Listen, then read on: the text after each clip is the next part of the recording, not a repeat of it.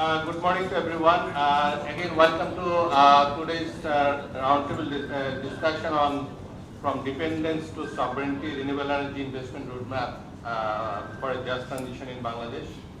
I'll just, I think Wise Perry is only person here, just need this English translation, otherwise most of them are Bangladeshi. So I'll be mix of both Bangla and English as well for the the interactive discussion. So it is. I have already told you that today I am really very much grateful that from Sanamul Haq and also the DZBIDS, he's a renowned energy expert, energy economist as well, one of the key person of the South Asian, the policy makers. And also Mr. Wise Perry from the UNDP Chief Economist, he is here. I think Minister of Finance, Judge Said Abul Qasim will join later by 12 p.m. Hopefully he is in the meeting, and the budget meeting is also going on. So that is also another challenge to bring all the people in the right time. And also the other stakeholders from, the Minister of Economic Relations Division, Mr. Sadi is there, Dr. Sadi is there, also Dipal Barua, and also the other experts are there from the private sector, Pran NFL, and also the banking sectors, Mr. Tanziman. I think this is the very diverse and also, the energy analyst, Mr. Shafiqul and other people who are there actually. I'm really very much thankful to everyone that this is the time for the converging rather than the divergence, right? Whatever the lessons we have learned earlier, that should be replicated that in a positive manner rather than to bring all the so-called weak governance of the corruption legacy in the right now. This is the time for the good and very healthy starts for Bangladesh. Whenever we are actually really in the energy, the crisis. Unfortunately, if you see the historical legacy, whenever the BNP-led government comes in 1991, at that time there was the Iraq-Kuwait war, right? So you see, whenever it comes to the 2001, when the BNP again came into the power, the problem was the 9/11, right? And again in 2026, BNP has come into power, and then problem again is emerged the Iran and Middle East conflict. So that means the BNP, it seems to be, naturally BNP is more resilient to manage the whole crisis, it seems that, but let's see. I believe the student discussion will provide more insights so that BNP-led government could come up with a very meaningful solution, a sustainable solution. And the issue is, today's issue is, this is the study we are working for last more than 1.5 years to bring up with some meaningful investment roadmap for the renewable energy and to focus all the issues, especially particularly on the land issue and other issues. We have not the updated transmission facility we have. We don't have a smart grid. We have a minimum arable lands. All the issues have been considered to develop this roadmap. And this investment roadmap, we are trying best to bring all the insights from the different experts and the stakeholders. But I believe this is the presentation should be, should bring the primary insights. But your insights will be really crucial for having the meaningful solution in the coming days, particularly for the government. So I am not going into detail about what's happening in the ground. I believe the presentation will be carried out by, along with me, my colleague, my team members, Mohammad Hussain, Samira Bashar Ruzza and Kaji Karina Arif. They have been conducting this research. I am requesting my colleagues and Mr. Mufazzal and also the Ms. Samira Bashar Ruzza to make a presentation of today's study. Thank you very much. Samira.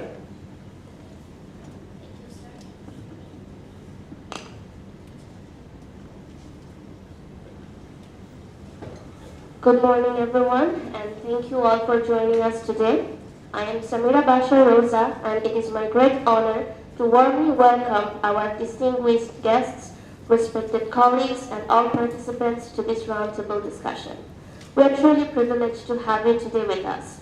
We are here to discuss a strategic shift that transforms energy from a volatile fiscal burden into a permanent pillar of national self-sufficiency and economic resilience.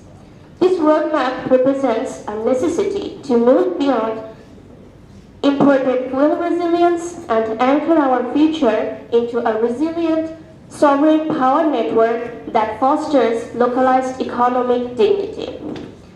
Over the next hour, we will walk through the empirical evidence, the innovative financing models, and the implementation framework required to achieve this vision. With that context, let me now turn to the microeconomic reality behind this roadmap. At its core, Bangladesh's energy challenge is not only a power sector issue, it is a macroeconomic issue. Our current dependence on imported fuel exposes the economy to foreign exchange pressure, subsidy burdens, and global price shocks that we do not control. So when we talk about renewable energy, we're not only talking about climate ambition, we are speaking about domestic energy sovereignty, greater economic stability, and a more resilient foundation for long-term growth. Bangladesh's energy trilemma is now being shaped by an import trap. As domestic gas reserves weaken, the country has become increasingly exposed to imported fuel and to shocks we do not control. Bangladesh currently imports nearly 95% of its total energy, and approximately 90% of that flows through the Strait of Hormuz, the literal lifeline of our industrial economy. This geographical choke point makes us incredibly vulnerable to global volatility. We have seen LNG prices triple, jumping from $10 to $12 to as high as $28 per MMBTU, while diesel has surged past $100 a barrel. For a nation that already spends roughly $10 to $11 billion annually on fuel, these sustained high prices represent a potential additional burden of $5 to $6 billion. This is the core of our trilemma. It creates a massive security risk by draining our forex reserves, compromises equity by forcing retail tariffs higher, and proves that sustainability through decarbonization is no longer just an environmental goal. It is our only escape from this fiscal drain. This slide shows the core economic logic of this roadmap. The transition to renewable energy is not just a cost, it is a high-return national investment. One of our other change initiative study reveals that for every $1 redirected from LNG import dependence into decentralized renewable energy, Bangladesh can generate around $17 in wider systematic benefit. That returns comes because we are replacing recurring fuel payments, subsidy leakages, and foreign exchange pressure with fixed domestic infrastructure. In other words, instead of continuously paying for volatility from outside, we are building assets at home. That is the real economic sovereignty dividend of renewable energy. This chart represents the literal anatomy of our dependency. Natural gas anchors 45% of our mix, but this anchor is dragging as domestic reserves deplete. To fill these gaps, we lean heavily on furnace oil and diesel, which makes up a full quarter of our fuel share. These are high-cost, imported liquid fuels that drain our foreign exchange reserves every single day. Meanwhile, coal has climbed to 18%, a trend that pulls us farther away from climate commitments. Perhaps most telling is the tiny silver at the top. Renewable energy sits at a mere 2% of our fuel mix. This visual imbalance is the definition of the import trap. It shows a system decisively fossil fuel dominated and dangerously exposed to global shocks. So, why this roadmap and why now? Our current energy system is not just expensive, it is becoming a direct threat to our daily survival. We are currently meeting up to 95% of our energy needs through imports during crisis conditions. This structural dependence is bleeding our economy, costing us nearly $17.6 billion on LNG alone since 2018. We're seeking the breaking points of this model right now. Because of gas shortages, 4 out of 5 fertilizer factories, including Ghorashal Polash and Ashuganj, have been forced to close. This has slashed our urea production by 3.7 million tons, directly hitting our farmers and our food security. We have reached a point of rationing fuel at the pump that deploying the army to prevent hoarding. Despite this crisis, renewables still only make up 5.4% of our capacity. Existing policies have targets, but they lack a granular bankable system to actually build these projects. This roadmap bridges that gap by pivoting away from land-intensive plants towards decentralized models that protect our food security. It is our strategic necessity to move from this state of vulnerability to true natural energy sovereignty. With that, I will now hand over to my colleague who will take us through the next part of the presentation. Thank you so much.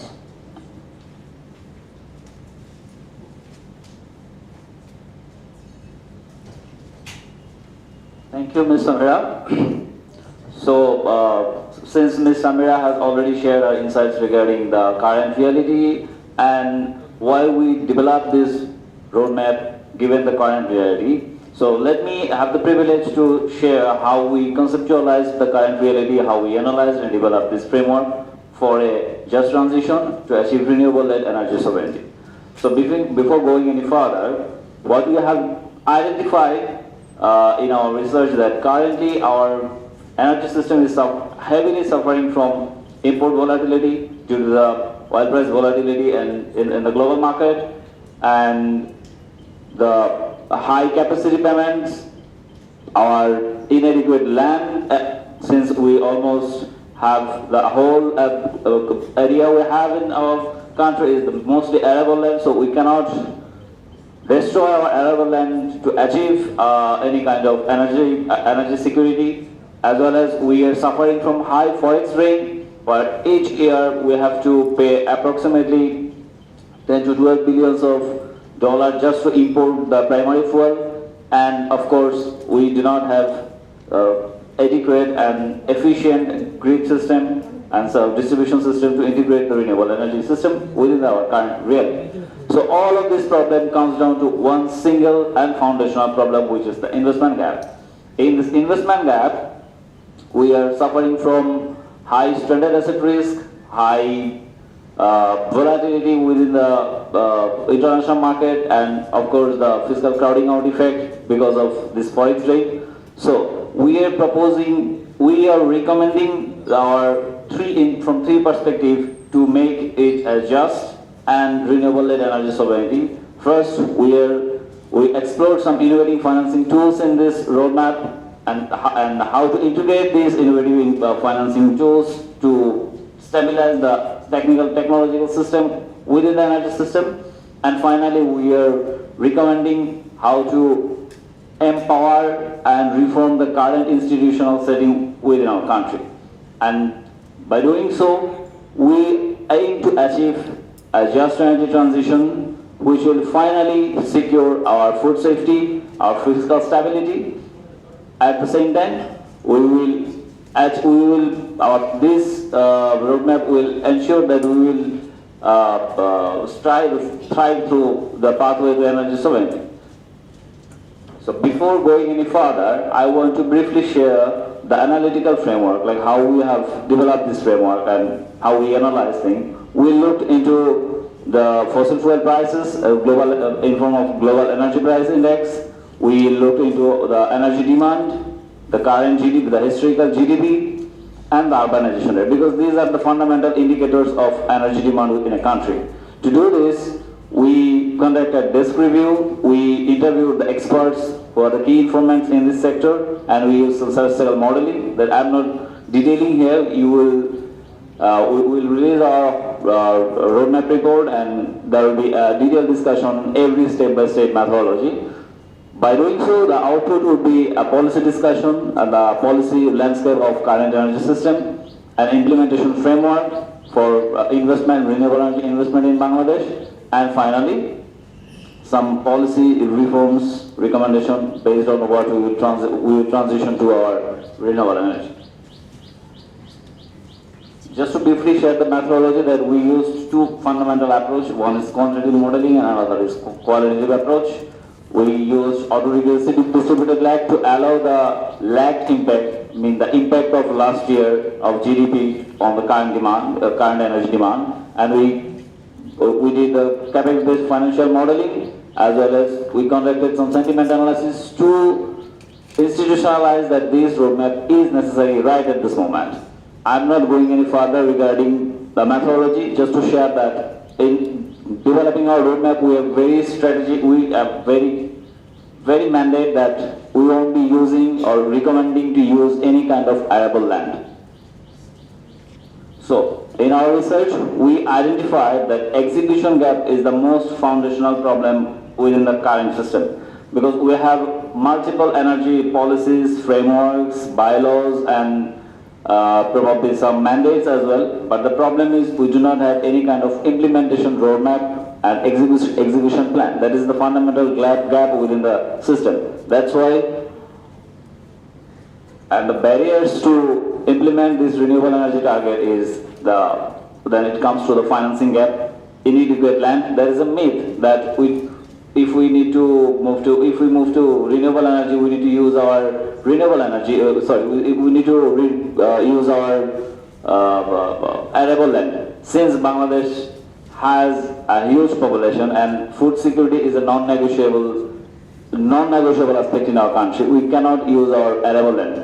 But in our roadmap, we've shown that without using any arable land, we still can meet our renewable energy goal that we expressed in our National Renewable Energy Policy, 20% by 30 and 30% by 2040.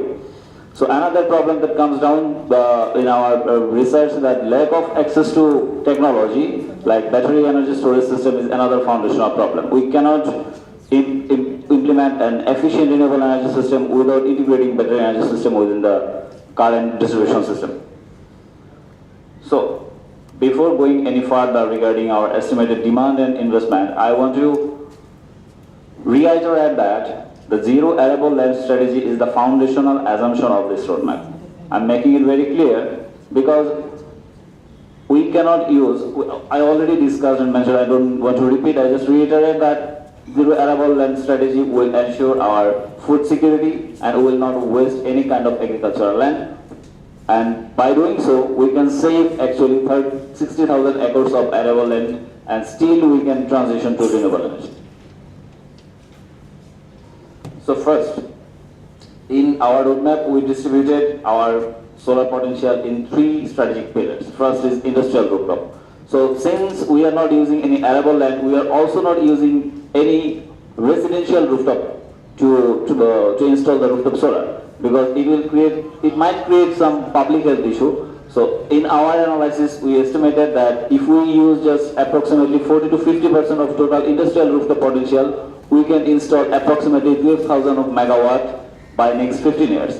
Just to make sure that we are not saying that we can install it right at that moment.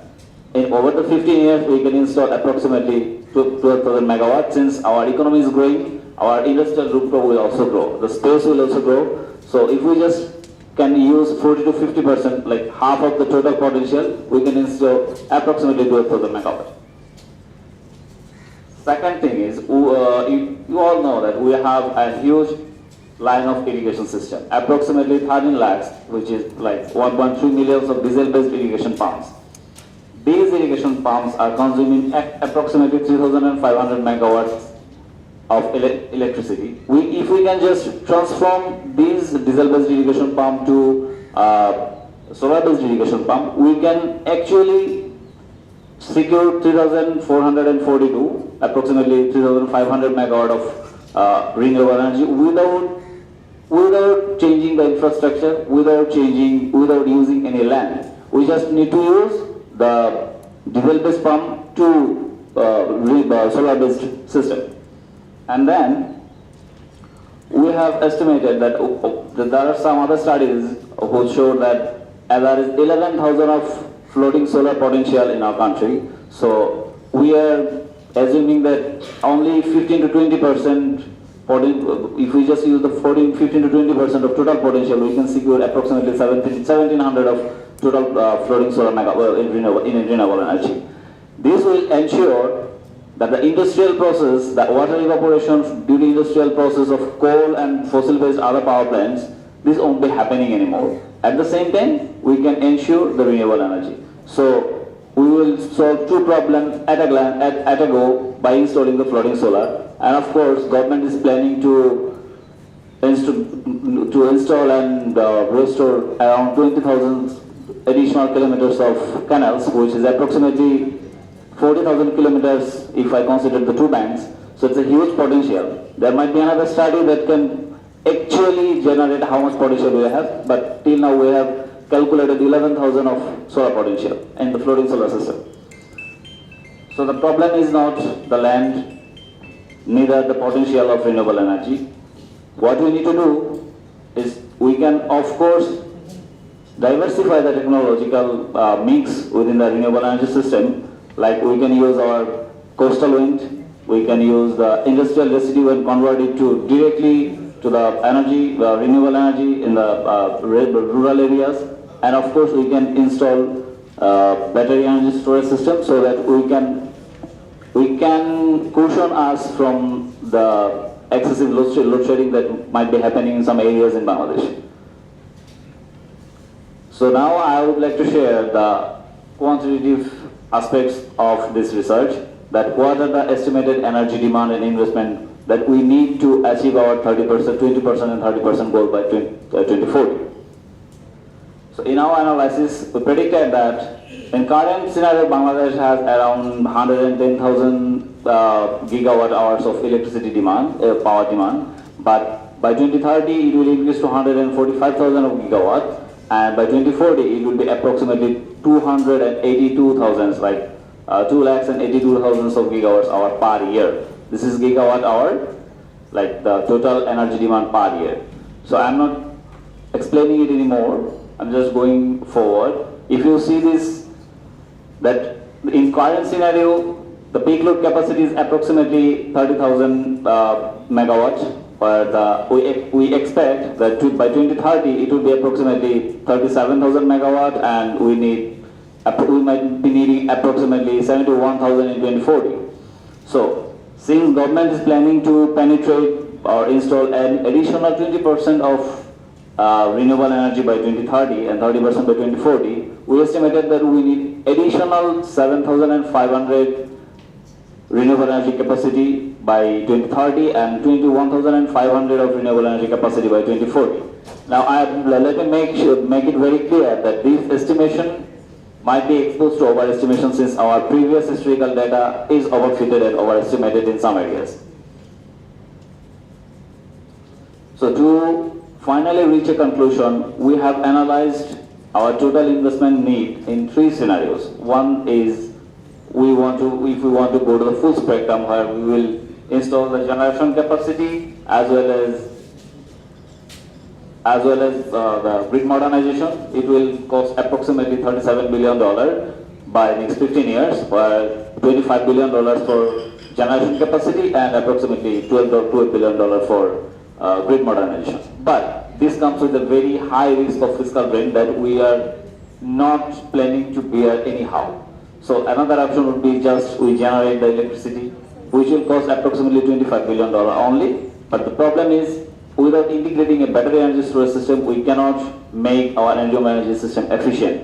That's why we went further, where we analyzed what would be the estimated investment requirement for grid modernization using battery energy storage system, at the same time generation. So it would approximately require $32.8 billion, while battery energy system only costs like around $8 billion in next 15 years. It's not for 1 year. So approximately $32 billion we need for next 15 years to make our renewable energy system bankable and efficient at the same time. So now the question comes, how and why we need it? By when we need to invest this $32 billion of investment in our energy system. We segregated it in three phases to make it bankable, realistic, and efficient for our fiscal current macroeconomic system. Like for 2026 to 2030, we need approximately $8.7 billion of dollars for generation and modernization through better energy system. From 2031 to 2035, we need additional $11 billion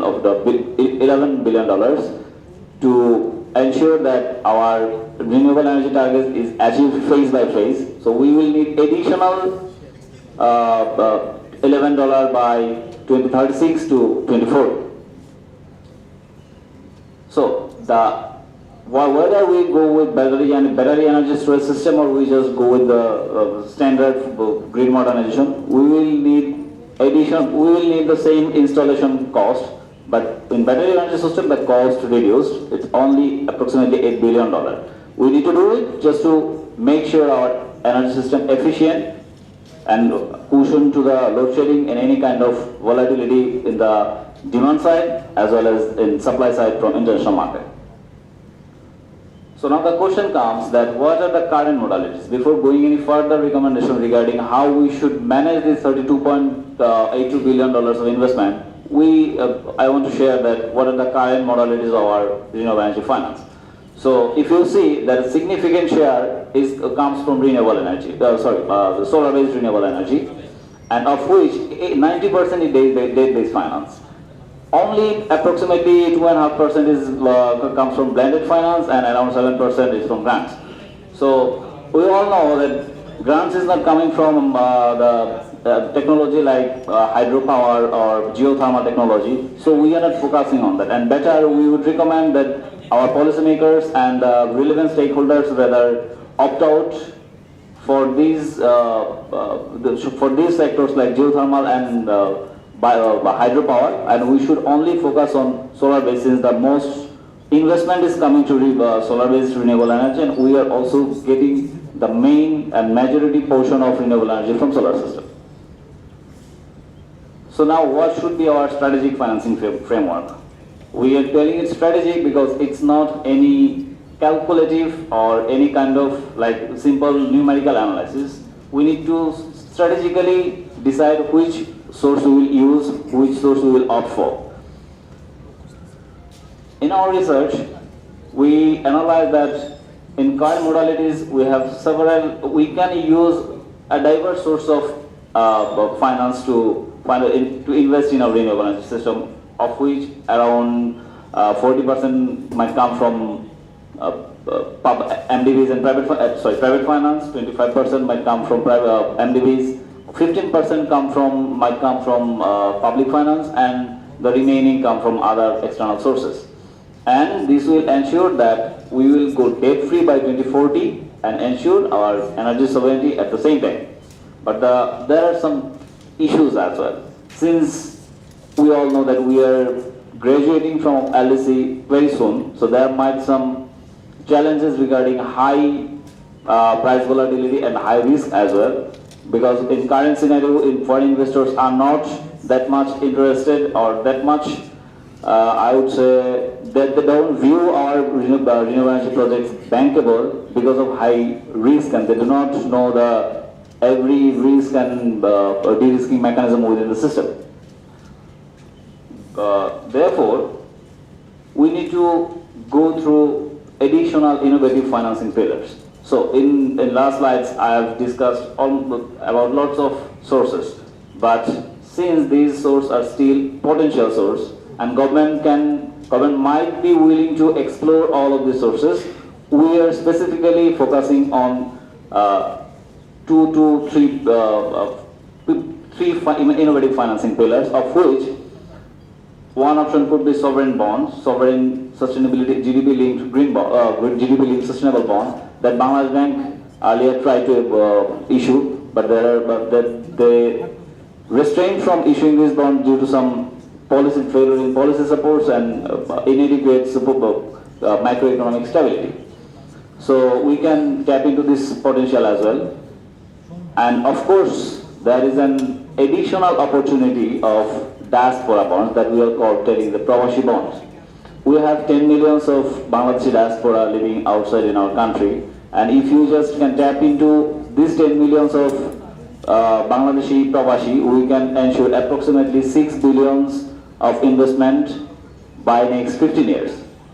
So this would be a huge potential for our renewable energy system, and this would be guaranteed by, of course, the sovereign, of course, cushioned by sovereign guarantee.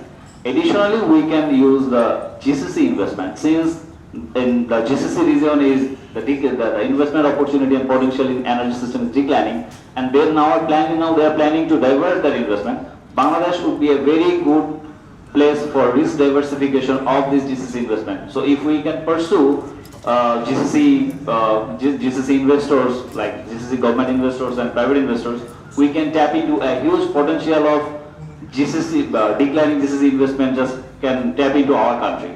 And this would be a very good cushion for our renewable energy investment system.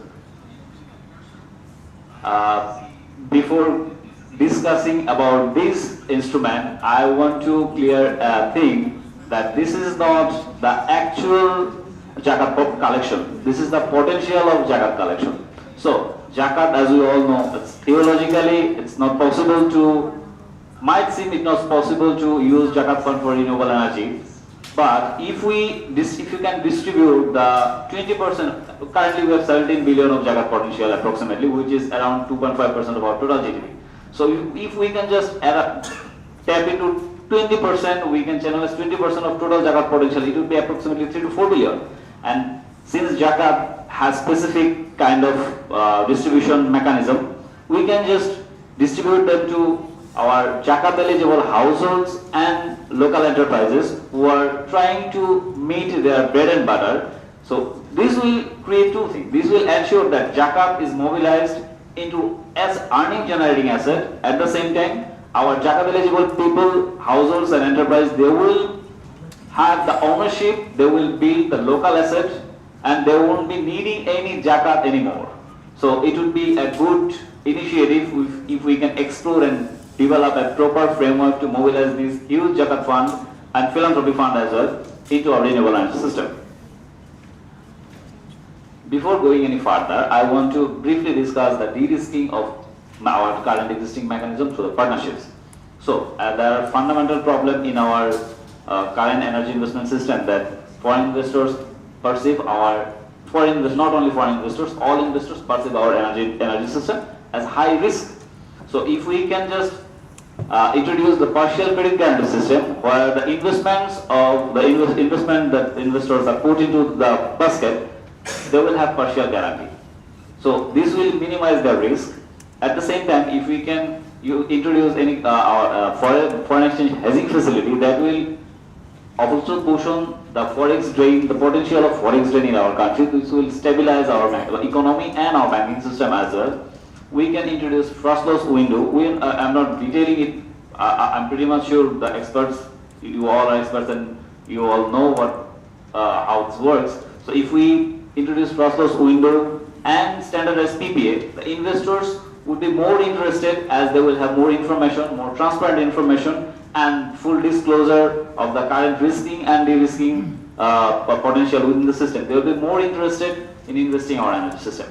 And finally, we can introduce virtual PPA that we have been advocating for very long, because this virtual PPA will minimize the risk, minimize the potential time currently we need to manage the whole project from application to implementation. Virtual PPA will minimize this time significantly. We do not have to wait for a long time. So there might be some new laws or new mandates to introduce these virtual PPAs. Now the question comes, how we implement. We have discussed a lot. We discussed about how the investment, what would be the investment requirement, how we can tap into this investment requirement, how we can finance this. So now the question comes, how the implementation framework should be.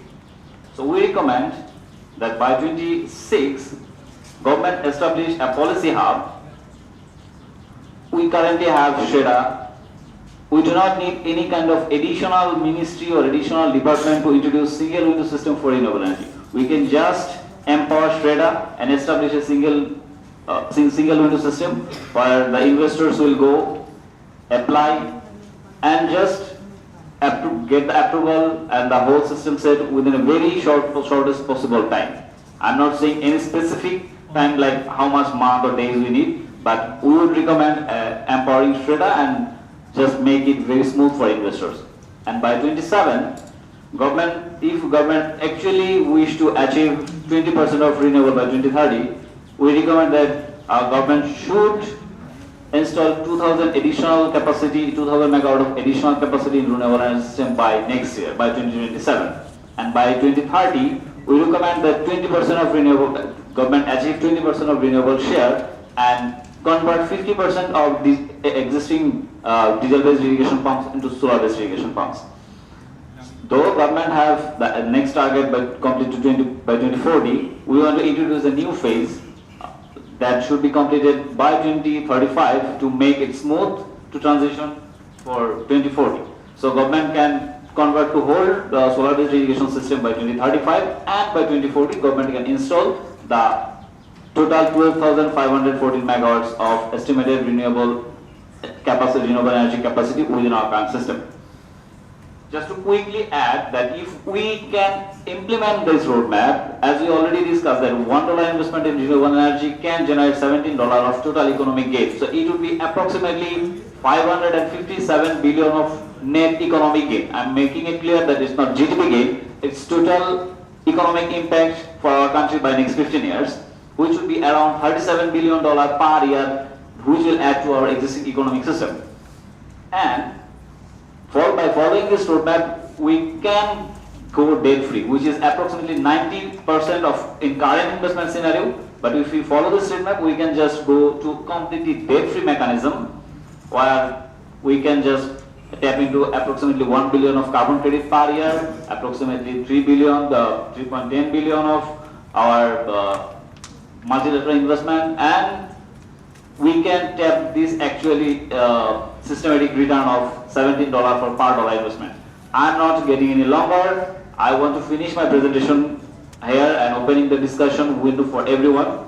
Before completing my presentation, I would sincerely thank everyone for taking your time and effort to hear my voices, and I would sincerely thank Jakir Sankan, our lead researcher, and my other co-researcher, Ms. Samira Pasha-Roja and Ms. Kaji Kainari, for putting their tremendous effort in developing this roadmap. Thank you everyone. Good luck. Thank you very much. I think we have now some, the points and insights about the what's potential we have right now, and also what are the current options we have in terms of mobilizing the funds, and also the potential innovations in terms of that.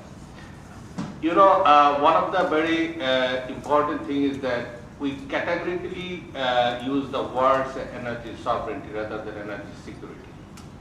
You see, the whole purpose of the putting the word, the issue of the concept of the energy sovereignty is that you cannot assure your security almost 90% dependence on the fuel supply for the power you would love to use actually. So it is the time to go beyond the energy security issue rather than to the fully sovereign on the input supply. And there is no need to travel or any sort of the input duties if you can use the solar or air for any energy generations. So this is the time to think very candidly and rationally, not to just focus on the so-called legacy you have, that fossil fuel based legacy. So this is the time go beyond the business as usual, how to go beyond that and to value add in our thinking process, value add in our justice process, because this is the intergenerational justice. You cannot leave the obsolete system for the future generation. And as the current generations, especially myself is a generation X, we cannot leave the world inhabitable and havoc for the future generation. So by making our own choice, by conserving our own vested interest, and to continue our so-called own legacy, which has already been obsolete. So I believe this is a time for discussion, not just to fill up the financing gap, rather than to, it is the time to go beyond the debt-heavy models to, the fiscal stability and as well as energy sovereignty and long-term energy sovereignty. And I think,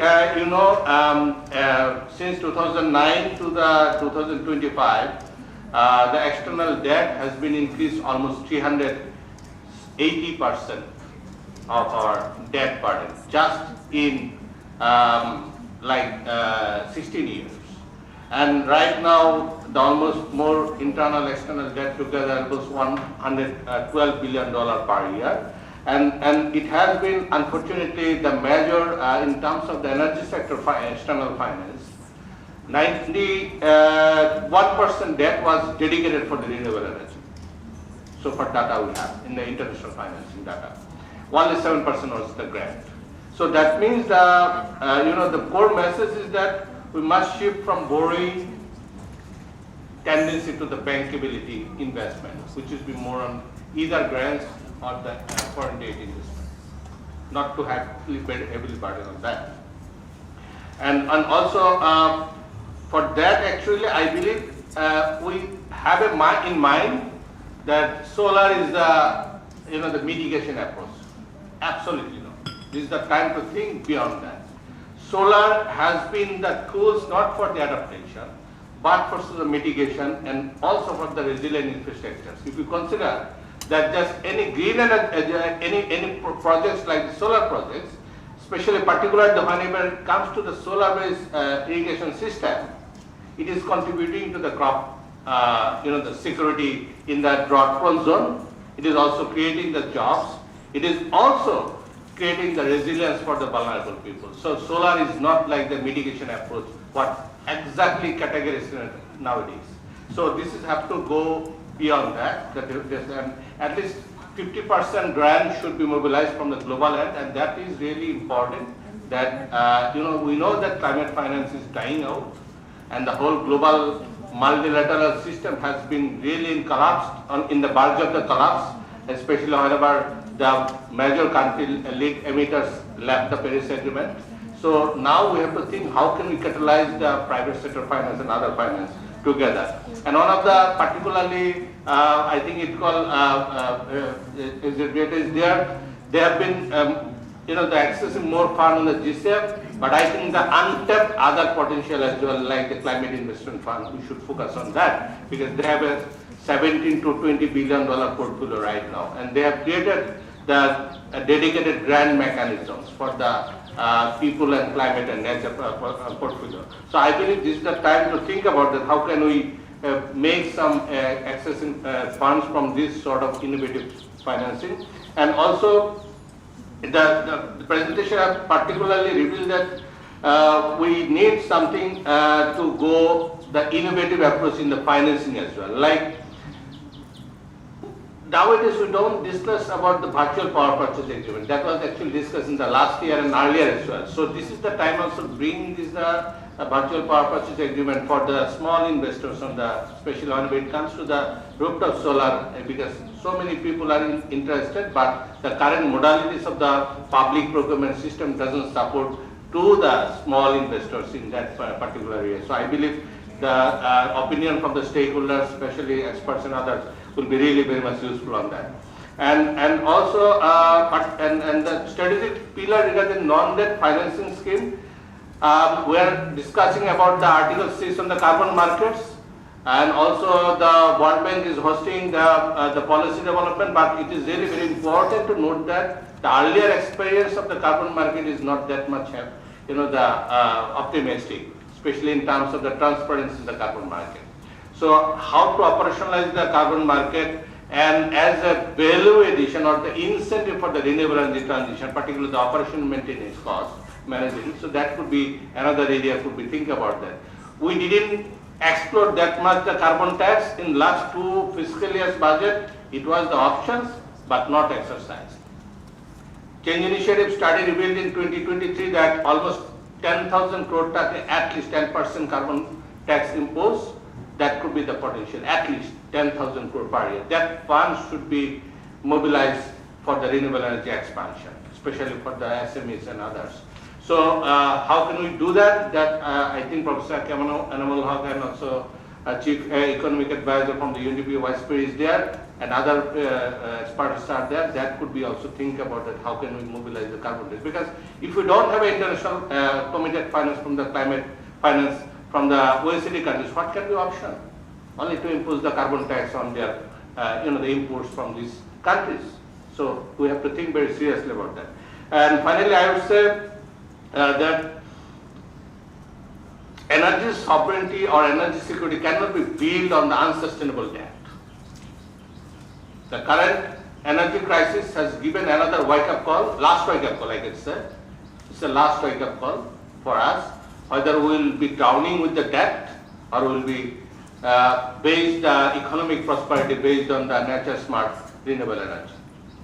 If you see the figures, whenever it comes to the hydropower, it's a less than 2% investment have been mobilized for the hydropower. That means this is the case is over, hydropower case is over.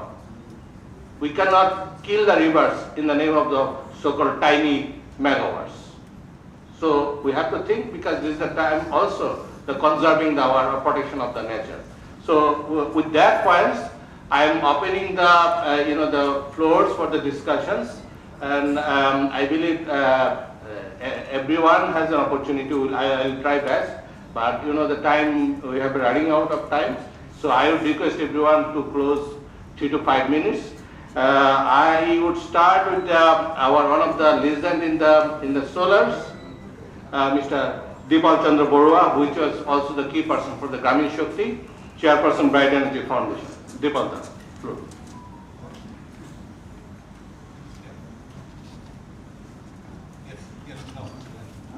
Okay, thank you. I think this is a very important roundtable discussion, and thanks to Zakir Hussain, especially initiated this subject, dependence to sovereignty, from dependence, renewable energy, investment roadmap. I think Zakir Hussain is always a atypical approach, always is dealing with the investment. I think I appreciate it, and sovereignty concept, I appreciate it. I think it's very important. So, given the context in our country, and we have Dr. Namulok here, I have some proposal, because any conference we discuss a lot of things, and at the end of the day, some newspaper cover it and finish. So we like to have a sustainable approach. I think BIDS is a huge trust on Bangladesh government and all the policymakers. So BIDS can take an initiative in this situation.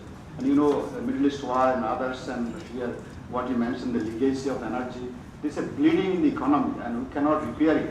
Any smart government coming to the power, they cannot handle it, because it's bleeding economy for the subsidy in the energy sector.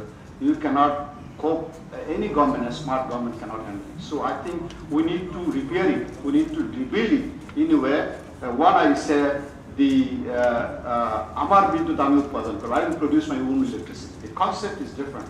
So one is the 40 million houses approximately in Bangladesh. So if you can liberate a concept, Amar Bintu Dami Utpadan Korbo. So it's not burden to the government, it's not burden to the economy, and it's feasible, because we are 30 years in the field. We know different countries what the approach they are doing it. So nobody listen to each other. Democracy, a definition, you listen, but you don't do anything.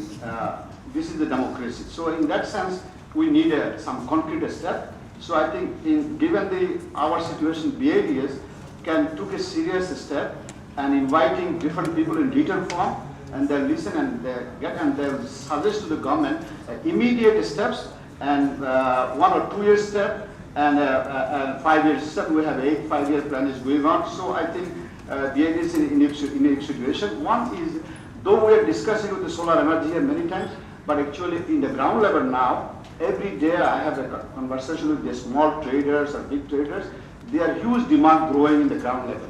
It's not a 10 watt, 50 watt, we have a, it calls CU, then we have eliminated kerosene by the solar home system in 30 years back, 20 years back. Now is going to 1 kilowatt, 2 kilowatt, 5 kilowatt, 10 kilowatt, even in the household level. In India, they are giving a subsidy at the household level. If you buy 1 kilowatt, 5 kilowatt, 10 kilowatt, you get it. But we don't have the capacity yet. But I think we can create an enabling environment to grow it. I mean, it's growing, but we don't have the statistics, SREDA and others, because we don't have a formal statistics what is going on in the ground level. And you know, the poor people's Tesla called easy bike. Any government always opposing, but it's growing. The solar, any government is not serious about it, but it's growing because of necessity. In Pakistan, you see how it grows because of desperation. So I think our situation is coming also desperation. I believe one, create initiative that will produce our own electricity. Every household, if you produce a 50 kilowatt now, 1 kilowatt, 5 kilowatt, 10 kilowatt, only we need to give a quality panel, quality inverter, quality things, and then the monitoring. Then it will grow from their own. So number two, I see what you mentioned here, interestingly, the rooftop and the agriculture and also the water.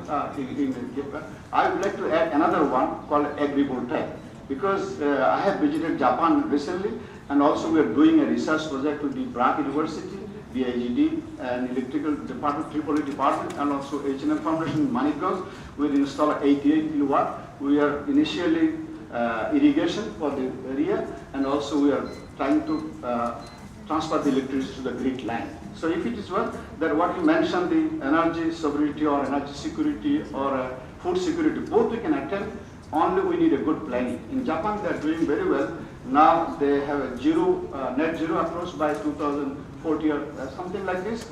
Only agriculture, you know, the conventional electricity is damaging the environment, global warming. Number two sector is agriculture. So if we have some kind of a existence, then you can neutralize the methane and you have a much more improvement. So I think there are ample knowledge in the our society, but I think how to make a kind of a gist of it, and change initiative always an innovative approach. But I think if you hand with the BIDS, because you invited him, good, we can do something in a positive way. I think there is a chance in Bangladesh. Actually, you know, in Middle East war, this is a volatile, and you know, never one is finished, another war may start again, because this is a kind of a geopolitical situation. But in our, we need to smart enough how to survive with all this kind of COVID or a war or anything come up. So we have to need a strategy to survive it. I think from our experience, and ITCOL is here, and they have eliminated kerosene through solar pump system. Now irrigation, 100% diesel-free irrigation, we can do it, and also all roofs by the solar, and also agriculture and food security, both we can attain, only we need attention. Hopefully we can invite some of you in the future, and Manikganj see how things are growing, and we have extensive research by BIGD, BRAC, and hopefully we'll see how they, under the shade, the 10% produces less, but we are producing electricity. But there are different varieties, shade-loving varieties also coming up. In that sense, we are producing same level of agricultural produce at the same time electricity. So we are actually, we have a flyover the whole country. And I believe 60,000 megawatt we have a demand by 2040-50. I think only 2% of the land, of the cultivable land, to dual electricity, and we don't need, and the sovereignty what you mentioned, it can be achieved. Thank you. Thank you very much. I think we have a real life example, and also the very important point Mr. Deepak Chandra Bora has mentioned, that we don't know what is the next, the geopolitical gamble in the South Asia region. We are still, the Bay of Bengal is free, but we don't know when would be the another havoc might be appear. So better to have a more innovative governance and to manage our own things. I would like to request from the private sector, Mr. Nure Alam, Chief Operating Officer, Renewable Energy Division, Partner FL.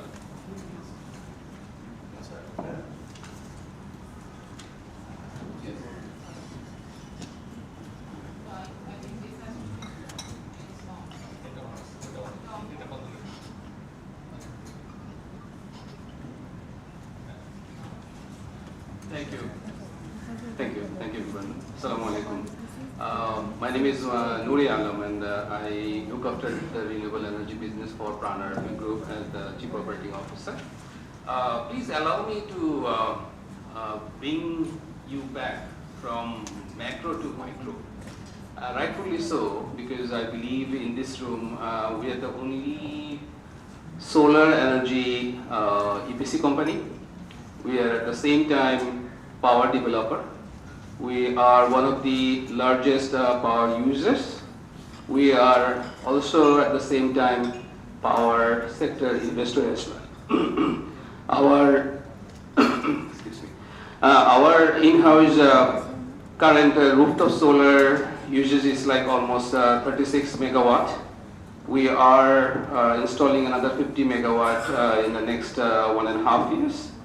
Our in-house power requirement, including the captive power usage, is like almost 0.5% of the national power generation in the country.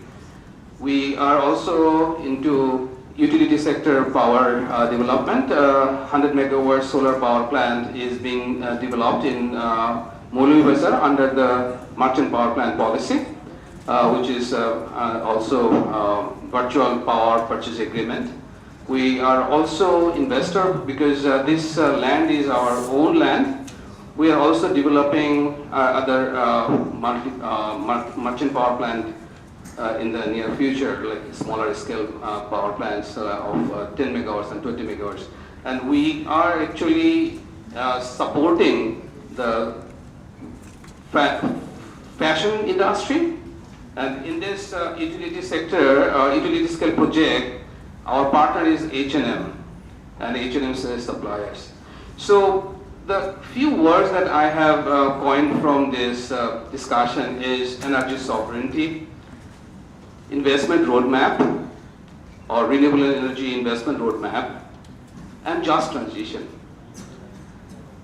If you look at all this broad or macro, and that's where I am coming from, that the in-house or implementation gap, what I would be sharing with you is probably the most ground level information. Does anyone here know what is the total tax incidence for battery energy storage system in Bangladesh? It's 61.3%. So are we really promoting renewable energy, or are we incentivizing diesel generators? Four times the total cost of initial investment if we compare with the diesel generators and base. Coming to second example, net metering.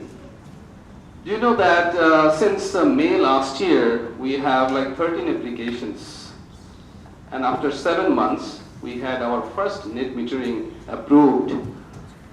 Being a specialized company with in-house resources, in-house expertise, with all the resources and efforts, it took us 7 months for a single net metering to be commissioned. I believe the BSREA representative is also here, and he can also vouch my opinion. I don't know when my rest of the net metering applications will be approved.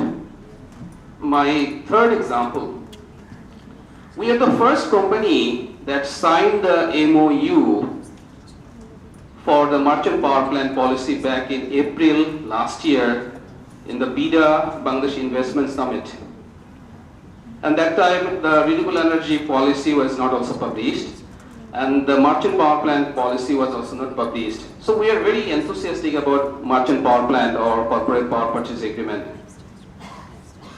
As of now, after that MOU, we have not been able to step any further. Why? The service level agreement has not been published yet. The framework has not been developed yet. The curtailment risk has not been, or the curtailment protocol has not been developed yet. And the most importantly, open access tariff. Any idea what is the current wheeling charge for the national grid users, or the transmission charge? It's 31 paisa for 33 kV. And any idea that what is the proposal that we are getting as open access tariff for our NPP project is on average 2.45 taka, which is 8 times the current wheeling charge. Do you think that the investor, our investor is IFC by the way, they are confident and comfortable investing in a project where the wheeling charge or open access tariff is 8 times? And there is no predictability of that open access tariff? I hope that that proposal is not approved by the ERC and it gets enough public consultation before it gets approved. I believe that will happen. But even if it is like 1 taka, it should be predictable. It should be predictable for like an investment of like 75 million, 200 million. Because why IFC or any other investors like ITCOL is here? They also have a room to adjust their risks, right? They have also a cushion to accommodate the risk for wheeling charges and the cash flow for their investment. So when we are talking about, and that's why I'm saying that these are the 3 examples or 4 examples that I would like to give. Those are the ground level reality that we are facing as a power developer. So I believe I will just finish by saying that it's not the policy, it's probably the policy barriers. It's the implementation gap, it's probably not the price, it's probably the price rationality or tariff rationality, that's the challenge. And it's probably understanding the market or the designing the renewable energy policy conducive to the market reality. So I believe that is the implementation gap, and also the agrivoltaic, we are also implementing agrivoltaic in our project. So with all due respect to you for mentioning that, I will just leave it here. Thank you so much.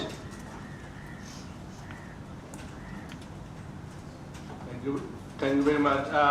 I think this is a very important perspective that the delay in approval of all the procedure, even though despite completion of the whole things. আমি সরকারের পক্ষ থেকে যারা আছেন তাদেরকে একটু পরে দিতে চাই, কারণ আপনারা একটু যদি শোনার সুযোগ হয় তাহলে সবগুলি অনেকের অনেক কথাগুলি থাকে, তারপরে আপনার রেসপন্স করতে সুবিধা হবে। সো আমি এই জন্য একটু ধৈর্য ধরার জন্য অনুরোধ করি সরকারে যারা আছেন তারা একটু প্রেশার না হবে। ইভেন ইটকলের আলমগীর ভাই একটু রিকোয়েস্ট করবো যে একটু সময় জাস্ট শোনার জন্য, কারণ it's very important time to just go through. আমি এই মুহূর্তে রিকোয়েস্ট করছি ফারহান জুম, strategic communications climate change energy transition Bangladesh লিডকে। ফারহান।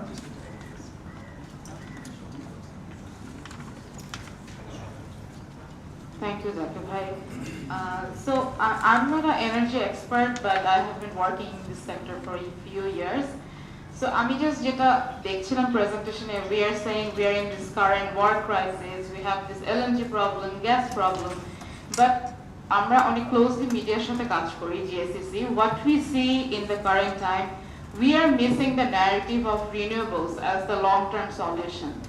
আমরা বলছি আমাদের গ্যাস শর্টেজ হচ্ছে, LNG শর্টেজ হচ্ছে, there is some narrative which are saying maybe there is an option we can go back to coal or oil. We are not moving forward, we are going backward to some extent.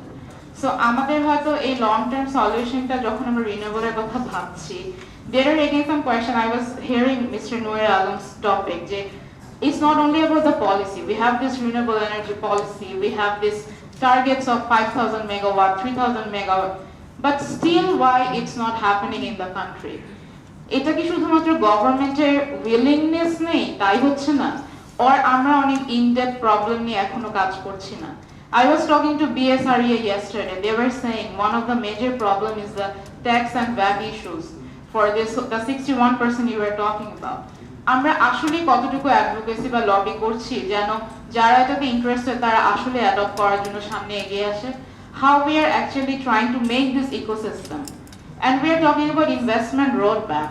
Are we making that investment environment for the investors to fund in Bangladesh? We were talking about security. Are these our bilateral governments are willing to invest in renewables? Why many countries are interested to invest in LNG in Bangladesh, but why not renewables? So we have many questions in our table that we need to answer. This is one. And second, I believe it's very important that we don't only talk about the roadmap or investment plan for the renewables, but government actually adopt this investment roadmap and make it a part of their short and long-term plan. This is one. We have a very potential and new government. We have the possibility to make a new dedicated energy transition funding facility, maybe to fund more to the renewables adoption and the people and the organization who want to adopt more renewables. And finally, I believe it's actually the business sector. It could be RMG, it could be textile, who will be very hard hit because the summer is coming. There will be many challenges to get this crisis up and front. So it's very important that we have them as our ally. We make the most realistic plan that how we can move forward and not just talk about how many policies we can make, rather how we can implement it. So with that, I want to conclude my comment, but just last one point. It's not about how Bangladesh will transition or do the transition, rather it's important যে আমরা আসলে আর কতগুলো global শককে adopt করতে পারবো এবং কতগুলো global শককে আমরা tackle করতে পারবো. We maybe cannot afford it for the long time. Thank you. Thank you very much. আমাদের এই লাস্ট যে কথাটা শকসগুলো যদি মাঝে মাঝে আসে তাহলে আমরা একটু বাংলাদেশের মানুষ আমরা বলি যে আমরা খুব রেজিলিয়েন্ট, কারণ আমরা ডাউনস্ট্রিমে আসছি। কিন্তু শকস আমরা কতটুকু নিতে পারবো সেটাই। শক যদি বেশি হয়ে যায় তারপরে কিন্তু সেখান থেকে স্ট্যাচু হয়ে দাঁড়ায় থাকার মতো অবস্থা তৈরি হবে। So we have to be very much careful. আমি আসল ভাই কাছে আসতেছি, আমি Shafiqul Alam, energy analyst.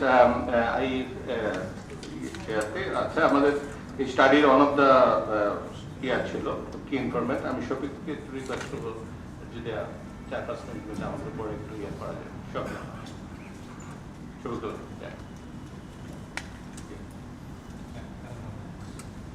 thank you, Jackie Bhai, for organizing this and also sharing the key outputs of the study. So before moving into details, the energy trilemma that the study started with, actually. So the 3 elements: energy security, equity, and environmental sustainability. Even we keep environmental sustainability apart, then what happens? This energy security, and that is also affecting our energy equity. Because of high import dependence, we need to do the load shedding, supply rationing. All these are happening because of high degree of import dependence.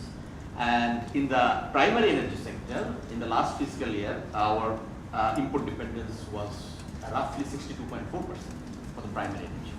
And if we consider the power sector, import dependence was roughly 65% in the last fiscal year. So this high degree of import dependence, even without this global disruption, is a serious drag on our energy system. And now with this Ukraine-Russia Middle East war, only in March, the government had to import LNG 9 cargos. They ordered 9 cargos. The average cost of these cargos is roughly $22 per MMBTU. So this means even without regasification cost, without terminal cost, government will have to provide subsidy of roughly around BDT 70 per cubic meter, considering the weighted average cost of gas tariff in different sectors. So this is high burden. And then again the diesel price that they also mentioned in the study. So the recent contract, the BPC approved $8 billion of diesel imports. So average cost from 3 suppliers that the newspaper reported. So that will again result in a subsidy burden of roughly 70 taka per liter without considering this commission of BPC and other traders. So government is now considering seeking $2 billion finance from international agencies. This $2 billion will barely be enough for 3 months because this diesel and LNG will eat up 90% of that, and then because of high cost of furnace oil, power sector subsidy burden will again rise. So overall, if the crisis prolongs, we will probably incur several $billion, more than this $2 billion on subsidy. This is on top of 50,600 crore revenue shortfall that BPDB incurred in the last fiscal year. So this is really a high time, and they have already mentioned this is the last wake up call they have mentioned, perhaps so, because we don't know what kind of crisis we will again face. Since different countries like Pakistan have significantly ramped up renewable energy capacity, and because of that, they were able to reduce their grid-based power demand. For example, in 2025, they reduced their grid-based power demand by 11% compared to 2022 because of 34,000 megawatt of distributed renewable energy capacity, and most of this capacity they installed after the Ukraine-Russia war. And not only 11% overall grid power demand, they also reduced 15.4% LNG import in 2025 compared to the previous year. So this is a clear example that renewable energy can eventually provide a natural hedge against the price disruption, price volatility and supply disruption that we are experiencing from the Middle East. And then, and because of this, the government should certainly raise the renewable energy capacity. What we are facing now is, apart from this investment requirement, we don't have a clear pipeline. We also don't have a clear action plan. So both of these things are needed for the investors' confidence, and to have a certain, investors need the certainty that this is the right market for which they have allocated money and they will be able to utilize that. And carbon markets, they have mentioned. Certainly carbon market provides a significant window of opportunity, but we also need to be cautiously optimistic, because often we say that so many billions per annum we can tap into, but things are very complex, obviously, because of complex process from project implementation to validation, verification, everything. So we need to be cautiously optimistic on that. And for the real project implementation, two things I need to mention. One, because Mr. Noor Alam is here. So they have the projects, they are the proponents of projects for the renewable energy to decarbonize industry sector under the corporate power purchase agreement. So very recently we came to know from the media reports that utilities want to charge roughly approximately 2.5 taka per kilowatt hour as open access cost. Such a high open access cost will actually diminish the feasibility of this kind of projects. So government needs to revisit that, because utilities are considering that their high paying consumers will be taken away by these CPPA projects. Contrary to such belief, I analyzed data of the last fiscal year and the previous fiscal year and identified that 1100 gigawatt hour power consumption growth actually we experienced for the industry sector. So to adjust that, government, they will need to implement 800 megawatt of CPPA projects. So that's a lot of projects. So government should at least allow them to implement first few projects at a lower tariff, considering only the wheeling charge. And another thing, high import duty still persists in the decentralized systems. However, we need to reduce that tariff or waive that tariff. This is the tariff if you consider, even if 700 megawatts of rooftop solar projects, the revenue the government will be able to earn, that is just less than 0.5% of the total revenue that the government earns each year through direct tax and indirect tax. So government can revisit that, and Thailand very recently has declared both personal income tax waiver and corporate income tax exemption for renewable energy and energy efficiency. This crisis is another opportunity for Bangladesh to revisit the overall ecosystem and make a conducive system for renewable energy expansion. Thank you. Thank you very much. I think this is the last couple of points mentioned, that what are the incentives really required? Because if we really serious, it should be reflected in the policy, the reform and other things. And it is really, whatever you are in the budget, whenever you are electing 100 crore data, it is peanuts in terms of the generations, but it is not peanuts in terms of the incentive. Garment sector, আমরা জানি duty drawback আছে, right? So this is the model we have. আমাদের নতুন innovation, we don't need to reinvent that.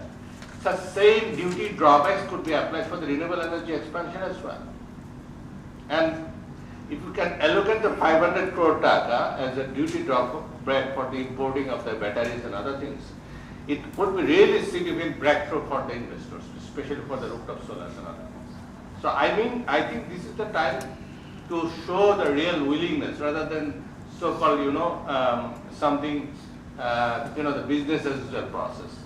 So I would love to hear from the Mr. Mir Mohammad Hassan, Senior Sales Manager, Longi Solar. I request to close the 3 to 4 minutes because so many people are there actually. So I request. Thank you.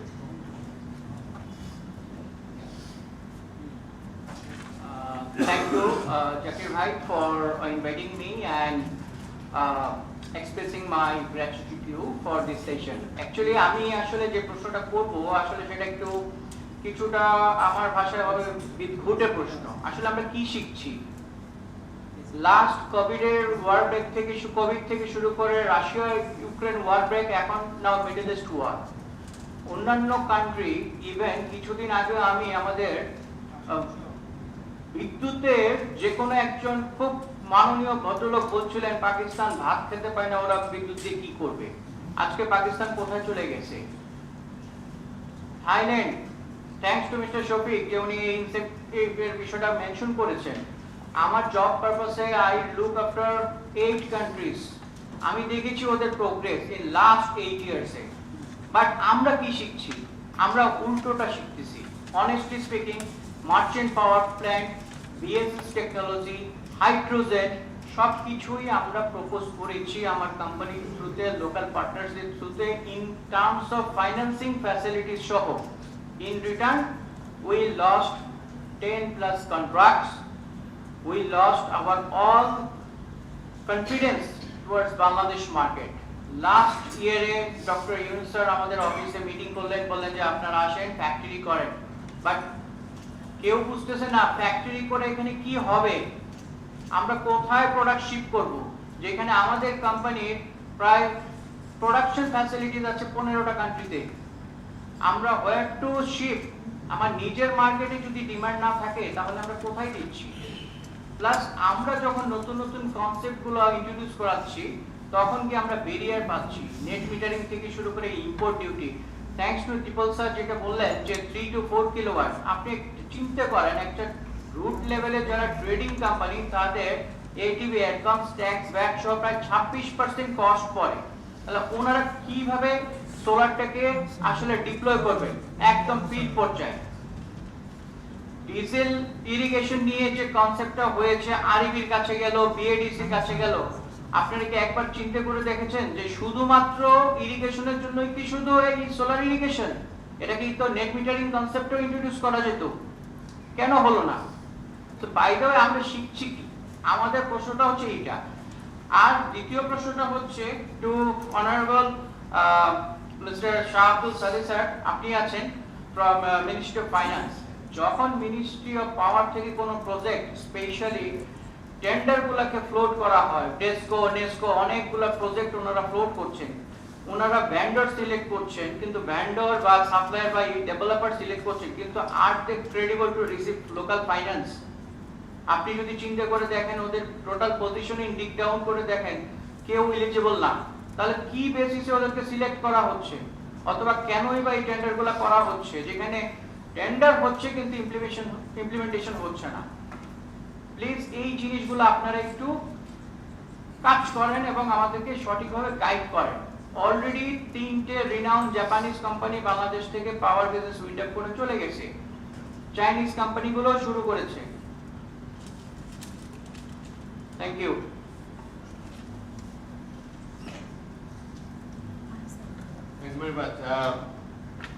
আমাদের এই আলোচনায় আমরা এই real ইস্যুগুলো আসছে, আমরা happy যে এটা আলোচনাগুলি করা হচ্ছে এবং আমার মনে হয় গভর্নমেন্টের যারা রিপ্রেজেন্টেটিভ আছেন, specially I believe almost every agency থেকে আসছেন, বিপিডিপি থেকে শুরু করে পিআরসি থেকে আসছেন।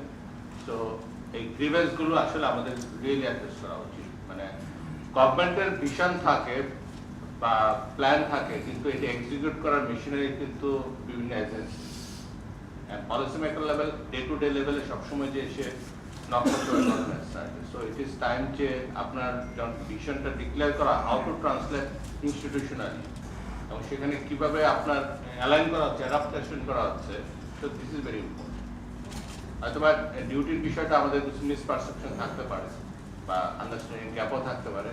আমার সুযোগ হয়েছিল, বাইরে এই কথা বলা হয়নি, প্রফেসর এনামুল হক স্যার কিন্তু আমার ডাইরেক্ট টিচার। তো উনি এই জন্য সবসময় আই এম হ্যাপি যে স্যারের সাথে পাশাপাশি বসে মানে যে কোনো প্রোগ্রাম করা। তো ওনার থ্রুতে আমার একবার কাজ করার সুযোগ হয়েছিল স্যারের সাথে, স্যারের থ্রুতে, সেটা রেভিনিউ রিফর্ম কমিশন 2002 সালে।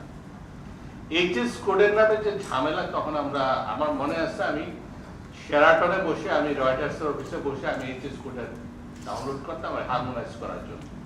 তো এইচএস কোড রিলেটেড আমাদের যে রিয়েল চ্যালেঞ্জ, যে এখানে ট্রান্সপারেন্সি, যে আপনার কোন এইচএস কোডের আন্ডারে কোনটা পড়বে, এবং সেখানে জাস্ট লাইক একটা নর্মাল 1 নাম্বারের জন্য হয়তো বা 30% মোর ডিউটি অ্যাপ্লিকেবল হয়ে যায়। সো এই জায়গাগুলো ভেরি ইম্পর্টেন্ট এখন আমার চিন্তা করা। এনবিআর এর ইনভাইটেশন আমরা দিয়েছিলাম, আমি জানি না ইম্পর্টেন্ট। হ্যাঁ, এক্স্যাক্টলি। তো সো আমার মনে হয় এই আলোচনাটা ইম্পর্টেন্ট, যে আমরা কিভাবে, এই কারণ আমরা গভর্নমেন্ট পলিসি দিচ্ছে, কিন্তু ওইখানে যে পার্টিকুলার ইন্সপেক্টর বা সুপারিনটেন্ডেন্ট, সে তার বেস্টের ইন্টারেস্টের জন্য কোডের ঝামেলাতে ফেলে একটা জায়গায় সে ক্লোজ করতে চায়। সো এটা ভেরি ইম্পর্টেন্ট। আমি এই মুহূর্তে ইনভাইট করছি mister Abul Kalam Azad, manager just energy transition from the action aid.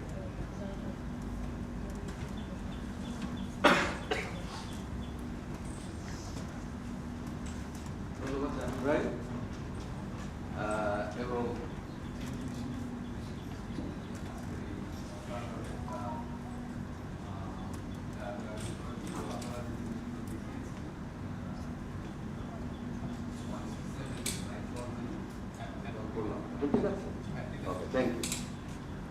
So 1:17 ROI, it's huge. এবং আমরা আমাদের দেশে আসলে এক্সপ্লোরেশনে, ফসিল এক্সপ্লোরেশনে প্রচুর ইনভেস্টমেন্ট করছি। রিনিউয়েবল এক্সপ্লোরেশনে আমাদের কোনো ইনভেস্টমেন্ট নেই। মানে রিনিউয়েবলের অপরচুনিটিগুলো কোথায় আছে, কি পরিমাণ করতে পারে, যেমন এখানে যাকে যারা 1700 মেগাওয়াট ফ্লোটিং সোলার দেখিয়েছে। তা আমার মনে হয় যে আমি আমার এমপির সাথে, আমার এলাকার এমপির সাথে বসছিলাম এদের ছুটিতে। তো সেখানে আমরা দেখলাম, আমরা কতগুলো জায়গাতেও গেলাম, আমাদের এলাকায় যে কটা বাওর আছে, শুধু বাওরগুলোতেই আমার মনে হয় যে এরকম 2000 মেগাওয়াট ফ্লোটিং সোলার আমরা করতে পারি, শুধু একটা কনস্টিটিউয়েন্সির হিসাব আমরা দিচ্ছি। এবং আমরা এই জায়গাটা বোঝার জন্য মাইক্রো লেভেলে কতগুলো স্টাডি করছি, গ্রাম ভিত্তিক। একটা গ্রামে কি পরিমাণ রিনিউয়েবল এনার্জির অপরচুনিটি আছে সেটা ধরে আমরা একটা স্টাডি করলাম 2টা গ্রামকে কেন্দ্র করে। তো সেখানে আমরা যেটা আমাদের বিবেচনা ছিল যে একটা গ্রামে কি পরিমাণ এনার্জির প্রয়োজন হয়, ইলেকট্রিসিটির প্রয়োজন হয়, এবং কি পরিমাণ রিনিউয়েবলের অপরচুনিটি ওই গ্রামে আছে। তো আমরা অন এভারেজ দেখলাম সোলার, বায়োগ্যাস, বায়োমাস ইত্যাদি ইত্যাদি মিলিয়ে 2টা গ্রামেই এটা 1:10, অর্থাৎ তার ডিমান্ড আছে 1 আর এখানে অপরচুনিটি আছে 10। ইভেন একটা গ্রামে আমরা দেখলাম একটা জলাশয় থেকেই আমরা ওই গ্রামের যে বিদ্যুতের চাহিদা তার থেকে 8 গুণ বেশি বিদ্যুৎ আমরা ওখান থেকে উৎপাদন করতে পারবো। আমরা এগুলো বিজনেস মডেল তৈরি করছি, তো এগুলো আমরা শেয়ার করবো আপনাদের সাথে। প্রবলেমটা হচ্ছে যে আমাদের এনার্জি সেক্টর, এটা আমরা সবাই জানি যে আমাদের ফসিল ফুয়েল নাই, এবং ফসিল ফুয়েল আমাদের আমদানি করতে হয়, এবং আমরা বছরের পর বছর ধরে সরকার সেটা বলছি যে আমাদের বিপুল পরিমাণে রিনিউয়েবল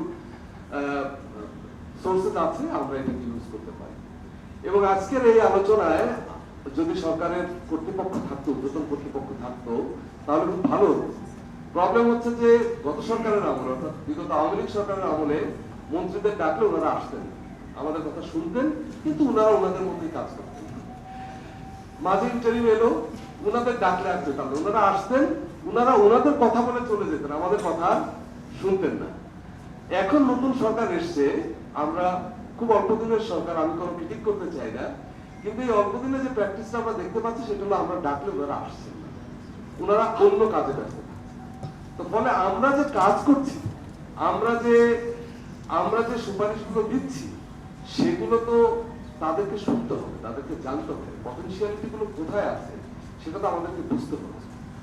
আমি গত রোজার মাসে, ফেব্রুয়ারি মার্চ মাসে আমি অনেকগুলো গ্রামে গিয়েছি, সেখানে আমি রিনিউয়েবল প্রজেক্টগুলো দেখার চেষ্টা করেছি, বিশেষ করে সোলার, আপনার চার্জিং স্টেশন, এগ্রোভোল্টাইক্স, মিনি এগ্রোভোল্টাইক্স এবং নানান ধরনের ডিভাইস ইউজ করছে গ্রামের নারীরা, গ্রামের সাধারণ মানুষ, এবং হোম সোলার সিস্টেম, যেটা ইটকলার এখন করে না, সেই হোম সোলার সিস্টেম কিন্তু নতুন মডালিটিতে যাচ্ছে গ্রামে, এবং সেগুলোর ইউজার হলো গ্রামের দরিদ্র মানুষ। 15,000 20,000 টাকার একটা সিস্টেম তারা নিচ্ছে, এটার দাম এইটার ব্যবহার হচ্ছে 2টা লাইট ইউজ করে, একটা ফ্যান ইউজ করে, এইটা। এবং দরিদ্র মানুষের কেন নিচ্ছে কারণ হচ্ছে তার আসলে বিদ্যুৎ বিল দেওয়ার যে ঝামেলা এইটার মধ্যে সে যেতে চায় না, তার ওই সব কিছু মিলিয়ে। ফলে এইটা কিন্তু পপুলার হচ্ছে, এবং এই পপুলার কারা করছে জানেন? খুব ইন্টারেস্টিং ব্যাপার। এইটা এরা কারোর সাথে যুক্ত না, এরা গ্রামের সাধারণ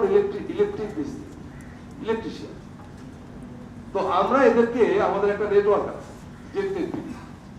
জাস্ট এনার্জি ট্রানজিশন, এটার প্রায় 200 মতো মেম্বার আছে।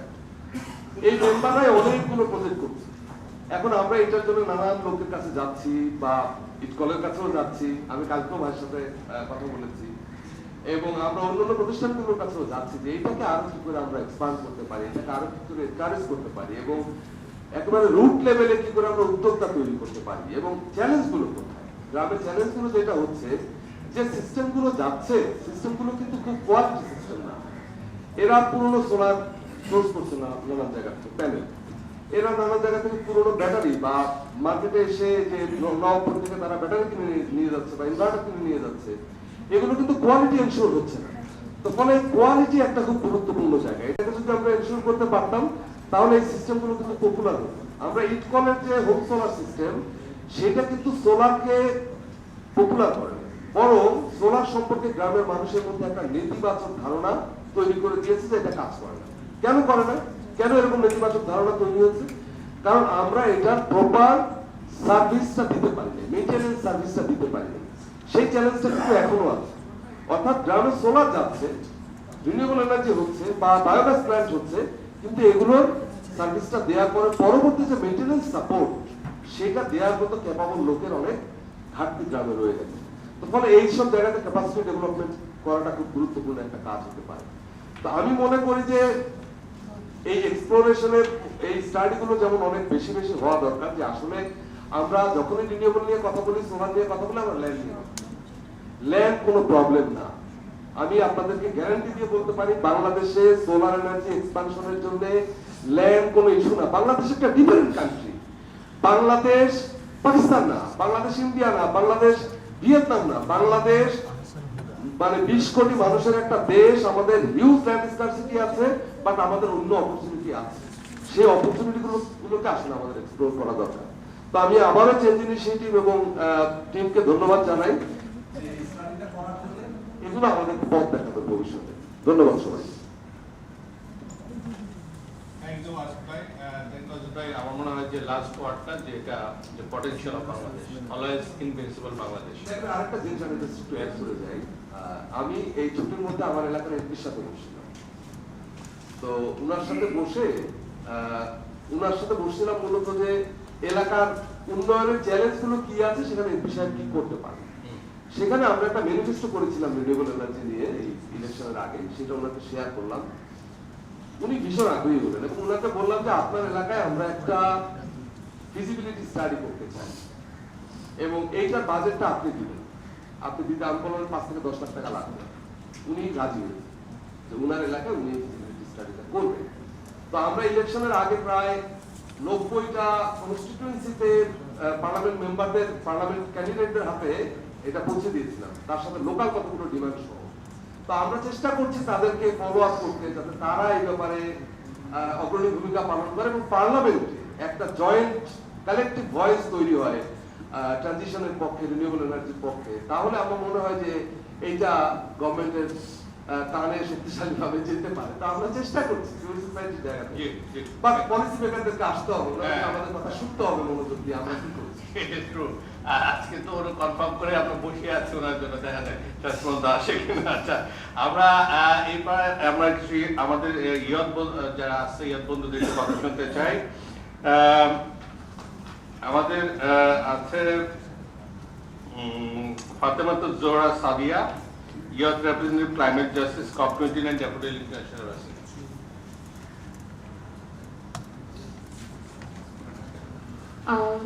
শুভ অপরাহ্ন সবাইকে। আর প্রথমে ধন্যবাদ জানাতে চাই চেঞ্জ ইনিশিয়েটিভকে আসলে আজকের এই টেবিলে ইউথ ভয়েস হিসেবে আমাকে আমন্ত্রণ জানাবার জন্য।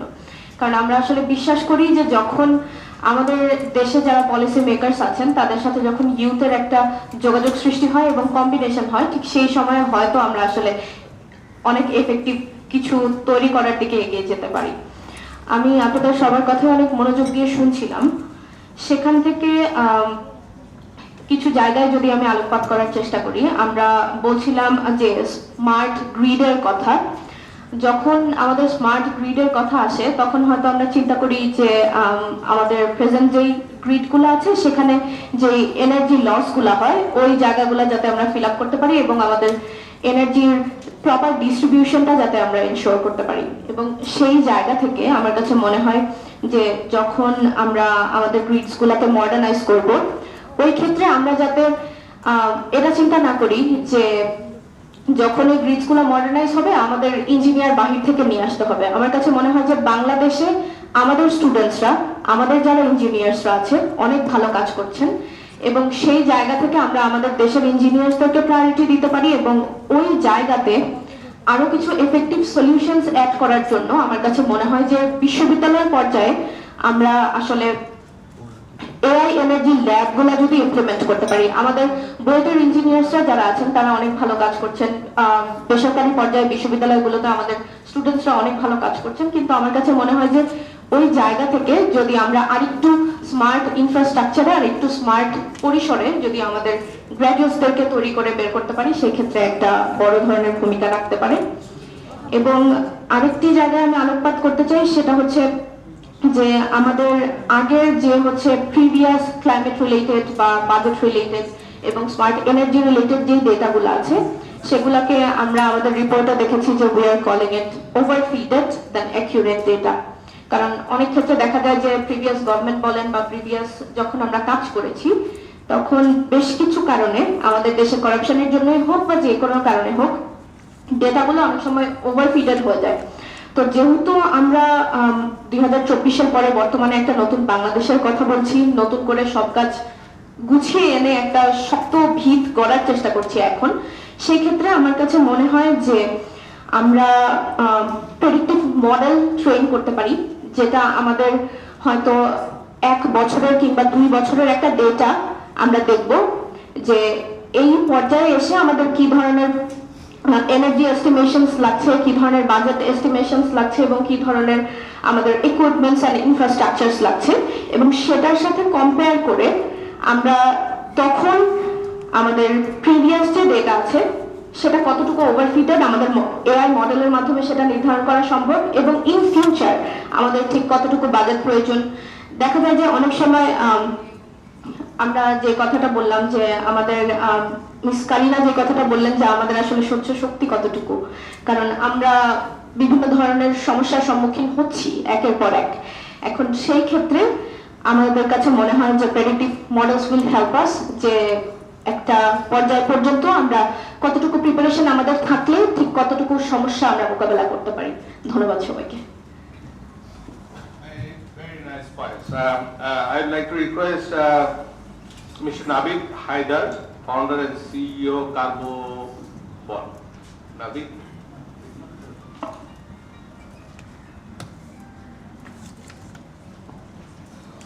2 to 3 minutes, I request. Hello. Thank you. Thank you again for the invitation. My name is Navid. I represent Carbon. We are one of the very few carbon credit project developers in the country. Aside from it, call another private place. So our perspective kula onek carbon finance ki ghire hobe, and so bear with me. I want to talk mostly about 3 things. Firstly, হচ্ছে যে carbon credit এর সম্পর্কে একটু বলা, because I think there are a lot of misconceptions about carbon credit. যেটি একটি খারাপ instrument. There's a lot of confusion about it. Carbon credits inherently খারাপ না. It is a financial instrument that is designed to provide additional financing to projects that really need it. Now, সারা বিশ্ব জুড়ে যে ধরনের স্ক্যান্ডালগুলো হচ্ছে কার্বন ক্রেডিটের ঘিরে, সেটা একটা ডেটা প্রবলেম। কারণ যারা ইনভেস্টর, যারা ডেভেলপার, তারা ঠিক বুঝতে পারছে না যে every dollar invested into a project actually ওই ঠিক রিটার্নটা দিচ্ছে, যে অ্যাকচুয়ালি কার্বনটা রিডিউস হচ্ছে। সো এটা একটা ডেটা প্রবলেম, এটা একটা transparency problem. So we should collectively as an ecosystem be very apprehensive of carbon credits, and it is very contextual, especially in terms of an energy transition, a just energy transition. Secondly, সোলারের ক্ষেত্রে actually carbon ফাইন্যান্সিংটা কিভাবে কাজ করে। So প্রত্যেক বছর যদি একটা solar project হয় about 5 megawatt, তাহলে সেখানে 15 to 20% of the revenue can be adjusted and can be gained from carbon financing. Carbon ক্রেডিটে পুরা একটা প্রজেক্ট চালানো যাবে না, right? It is only an additional source of income, and এই ধরনের প্রজেক্ট যারা চালায়, you understand the margins there really matter. এবং over the 10 years, carbon credits can substitute about 10 to 15% of the whole capex financing. So এখানে usually কিভাবে বাংলাদেশের কনটেক্সটে জিনিসটা ইউজ করা যায়। For example, you can ring fence secondary loans, যদি কোনো বড় কোনো সেকেন্ডারি লোনস থাকে এবং ওখান থেকে অনেক ইন্টারেস্ট দিতে হয় একটা প্রজেক্টকে, they can certainly use any kind of carbon credit or carbon financing instrument to fill that gap. আর সেকেন্ডলি হচ্ছে যে tying it to industrial incentives. For example, garments is a very big industry in Bangladesh.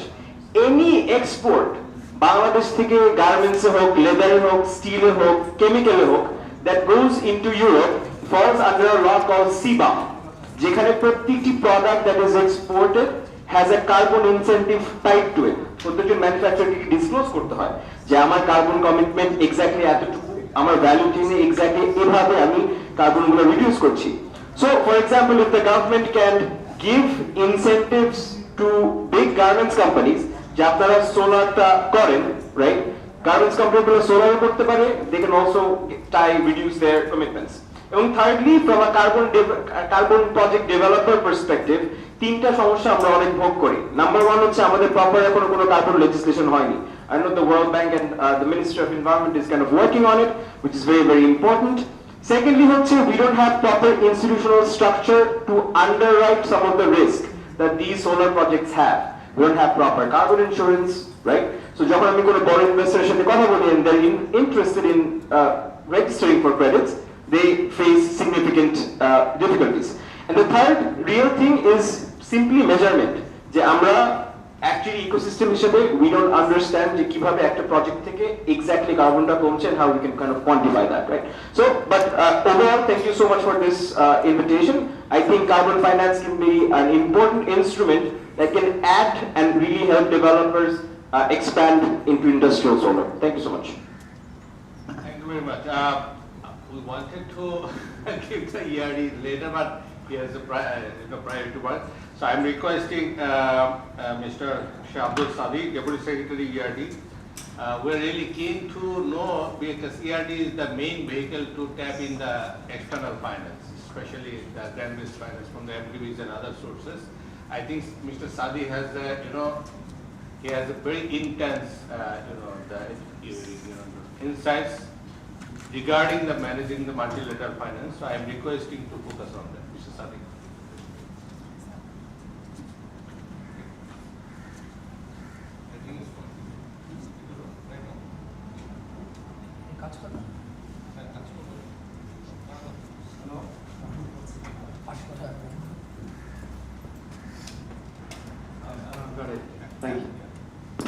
Thank you, Change Initiative. This is for the second time I am participating in a roundtable. This is really interesting and insights that I have got. I might not be able to answer to all the questions to policy. But since this system is very complex and very entangled, let me conceptualize it in manners, for example, enclosure, exclusion, encroachment, and entrenchment. And within these 4 pillars, I will try to highlight the policy and institutional challenges. The first one is enclosure. Are we capturing resources? Since just transition is the way. So looking from the investment perspective, when we are talking about the solar, we are talking about decentralized and centralized solar. So when it is on grid, it requires technological acquisition of technology. It requires regulatory framework. It requires a sensitivity to the grid. So the grid becomes very important. So when we need to emancipate the investments, how we can reach out to the community level, as ITCOL did, providing investment to communities, to entrepreneurs. And this is with this logic that ITCOL was established in 1997 as a non-banking financing institution. So we are very happy that from Alamgir Morshed Bhai, who is a finance expert, can provide better insights. But I can highlight one thing, that capital are getting very costly. And from 1971 to date, grants are consistently declining. Non-concessional loans are consistently declining. And market-based, the cost of capital are getting almost to the market level. And another point from GCF, Green Climate Funds, they have reduction of mitigation arena, and that is energy generation and access. Over the 14 years of time, we have not designed any project and submitted any project in this investment area, though they declared that these are the 8 investment areas. So we tend to design livelihood projects. We are very happy to design that, but not taking up the mitigation, because in the policy arena there is a kind of understanding that mitigation is not my focus, my adaptation is the focus, which is not quite right. So this investment we need to look at, for example, the utility scale solar energy projects, they have millions of dollars investment, and we have heard of that. And this decentralized expansion of the solar or other, it is also limited to the technology-wise as well. For example, the potentials of waste to energy, for the example, the potential of solar, for the example, the potential of wind and biogas, biomass, so that we can build a complementarity of the ecosystem, so that we can address the intermittency factor as well. So this investment logic, captured investment logic must be set free and widened, which is change initiative is up to, and we are very happy to this that they are pushing. And second one is exclusion. So exclusion, this is very crucial in terms of, for example, we have SREDA, we have power division, and we have big power development boards. So have you ever seen that whatever climate policies we have framed, who is the author of that energy policy? Who is the author? Any answer from the researchers? Who is the author of the national solar energy policy? Who is the author of it? Any idea from the researcher? Because I was interviewed. Who is the author of it? So there is no explicitly mentioned name of the authors. The author is the power division under the Ministry of Energy, Mineral Resources and Power. Power and mineral resources. The point is, we need a transformative change, but the agency of change is nested in the regime. So this kind of emancipation is a question. When the question comes, for example, the state minister was supposed to be here. You are the right person to have this for an inclusivity of the matter. If we look at the grid code in 2023, is our national grid is friendly to renewable energies? What kind of status it provides to the intermittent power sources in terms of grid?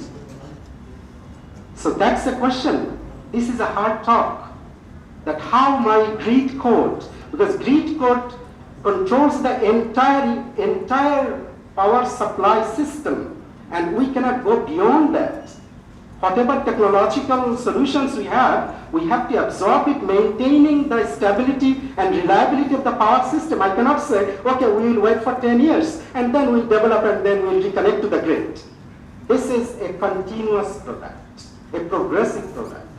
So we need to look at the grid code and what others say. I won't comment on the grid code.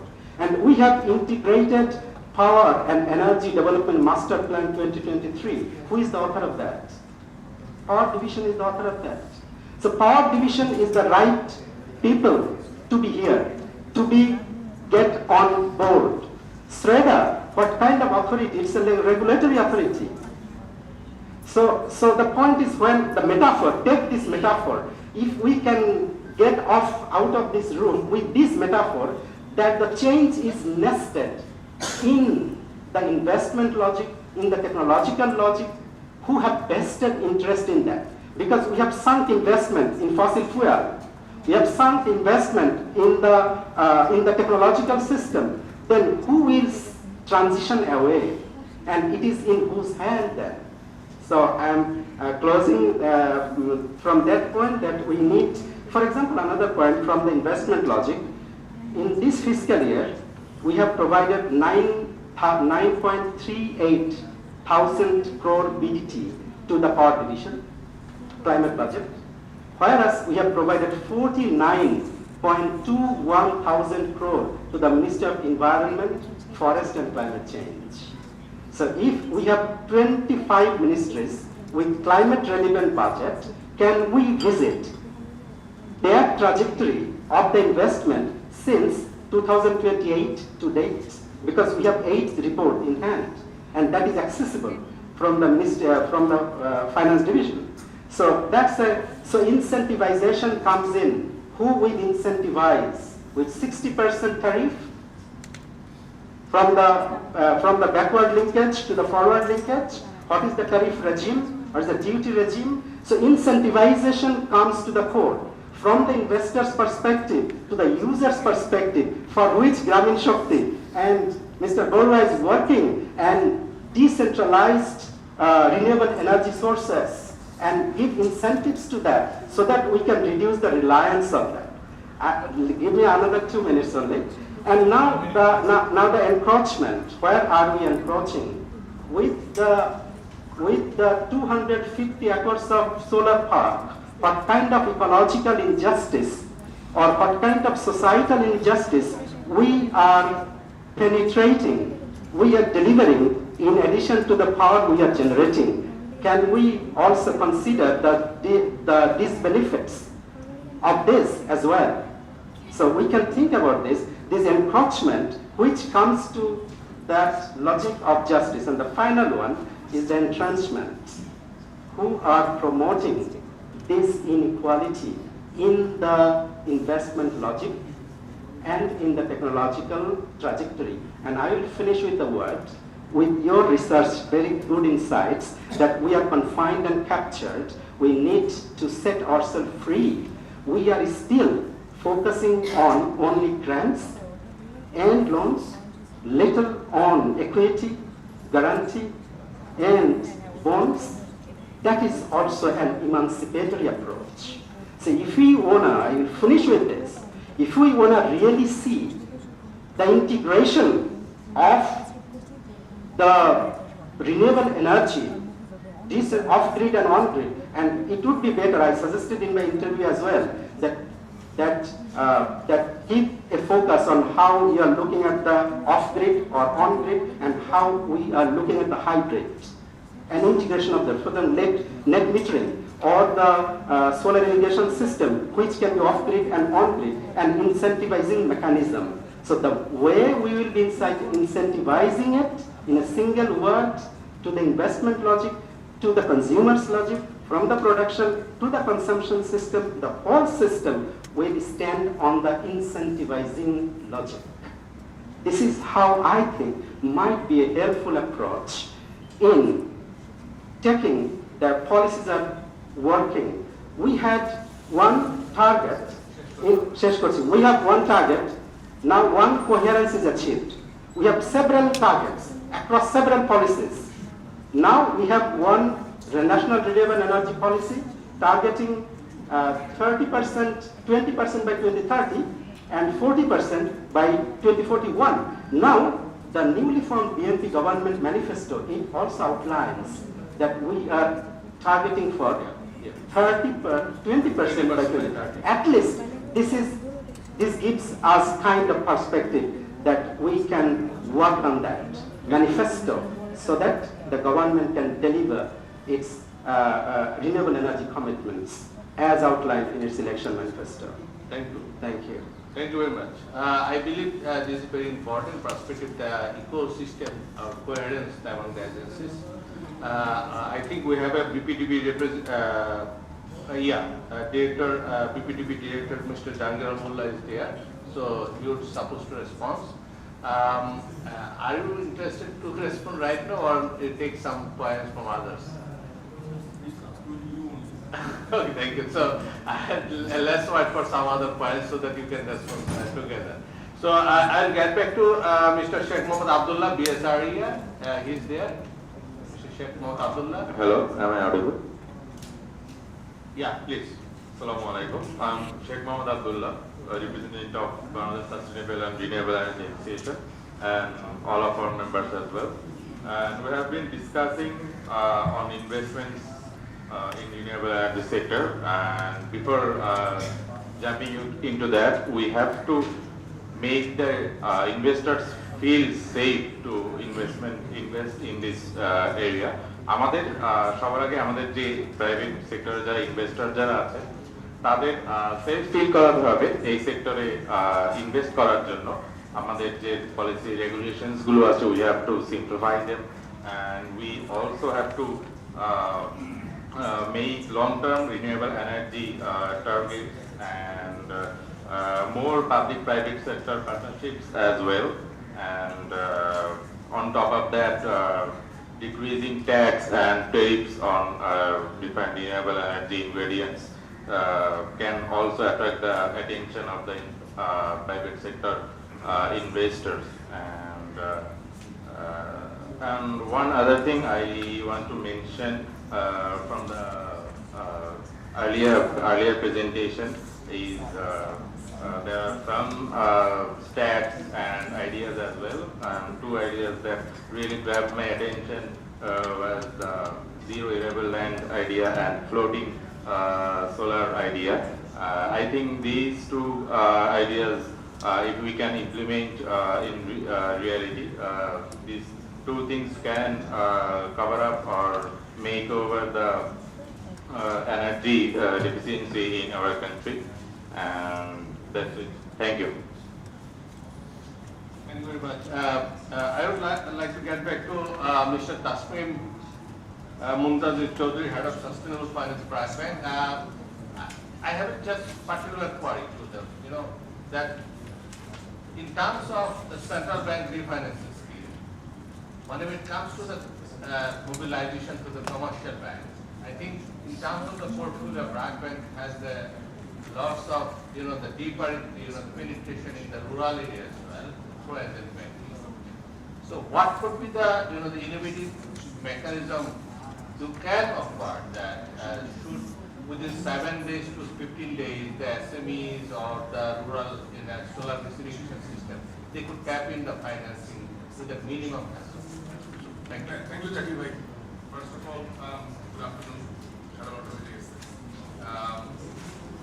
I will not speak a lot. I'll try to make it very short, in maybe 2-3 minutes. I understand a lot of you guys are ready.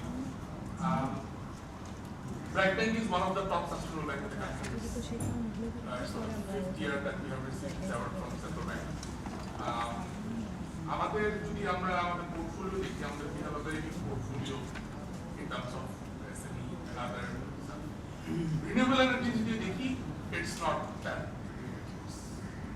big compared to other portfolios that we have. Probably we have supported roughly around 150 megawatts so far. সেটা বড় part ছিল কলের সাথে jointly আমরা we have supported a few ground mounted utility scale power plants. A lot of the power plant rooftop solar initiatives we have supported. And also that what you have mentioned, ওই ধরনের কাজ আমরা কিন্তু already করি, it's not that we are not working. এখন ওগুলো ছোট ছোট হয়, if you sum up, it's not that big.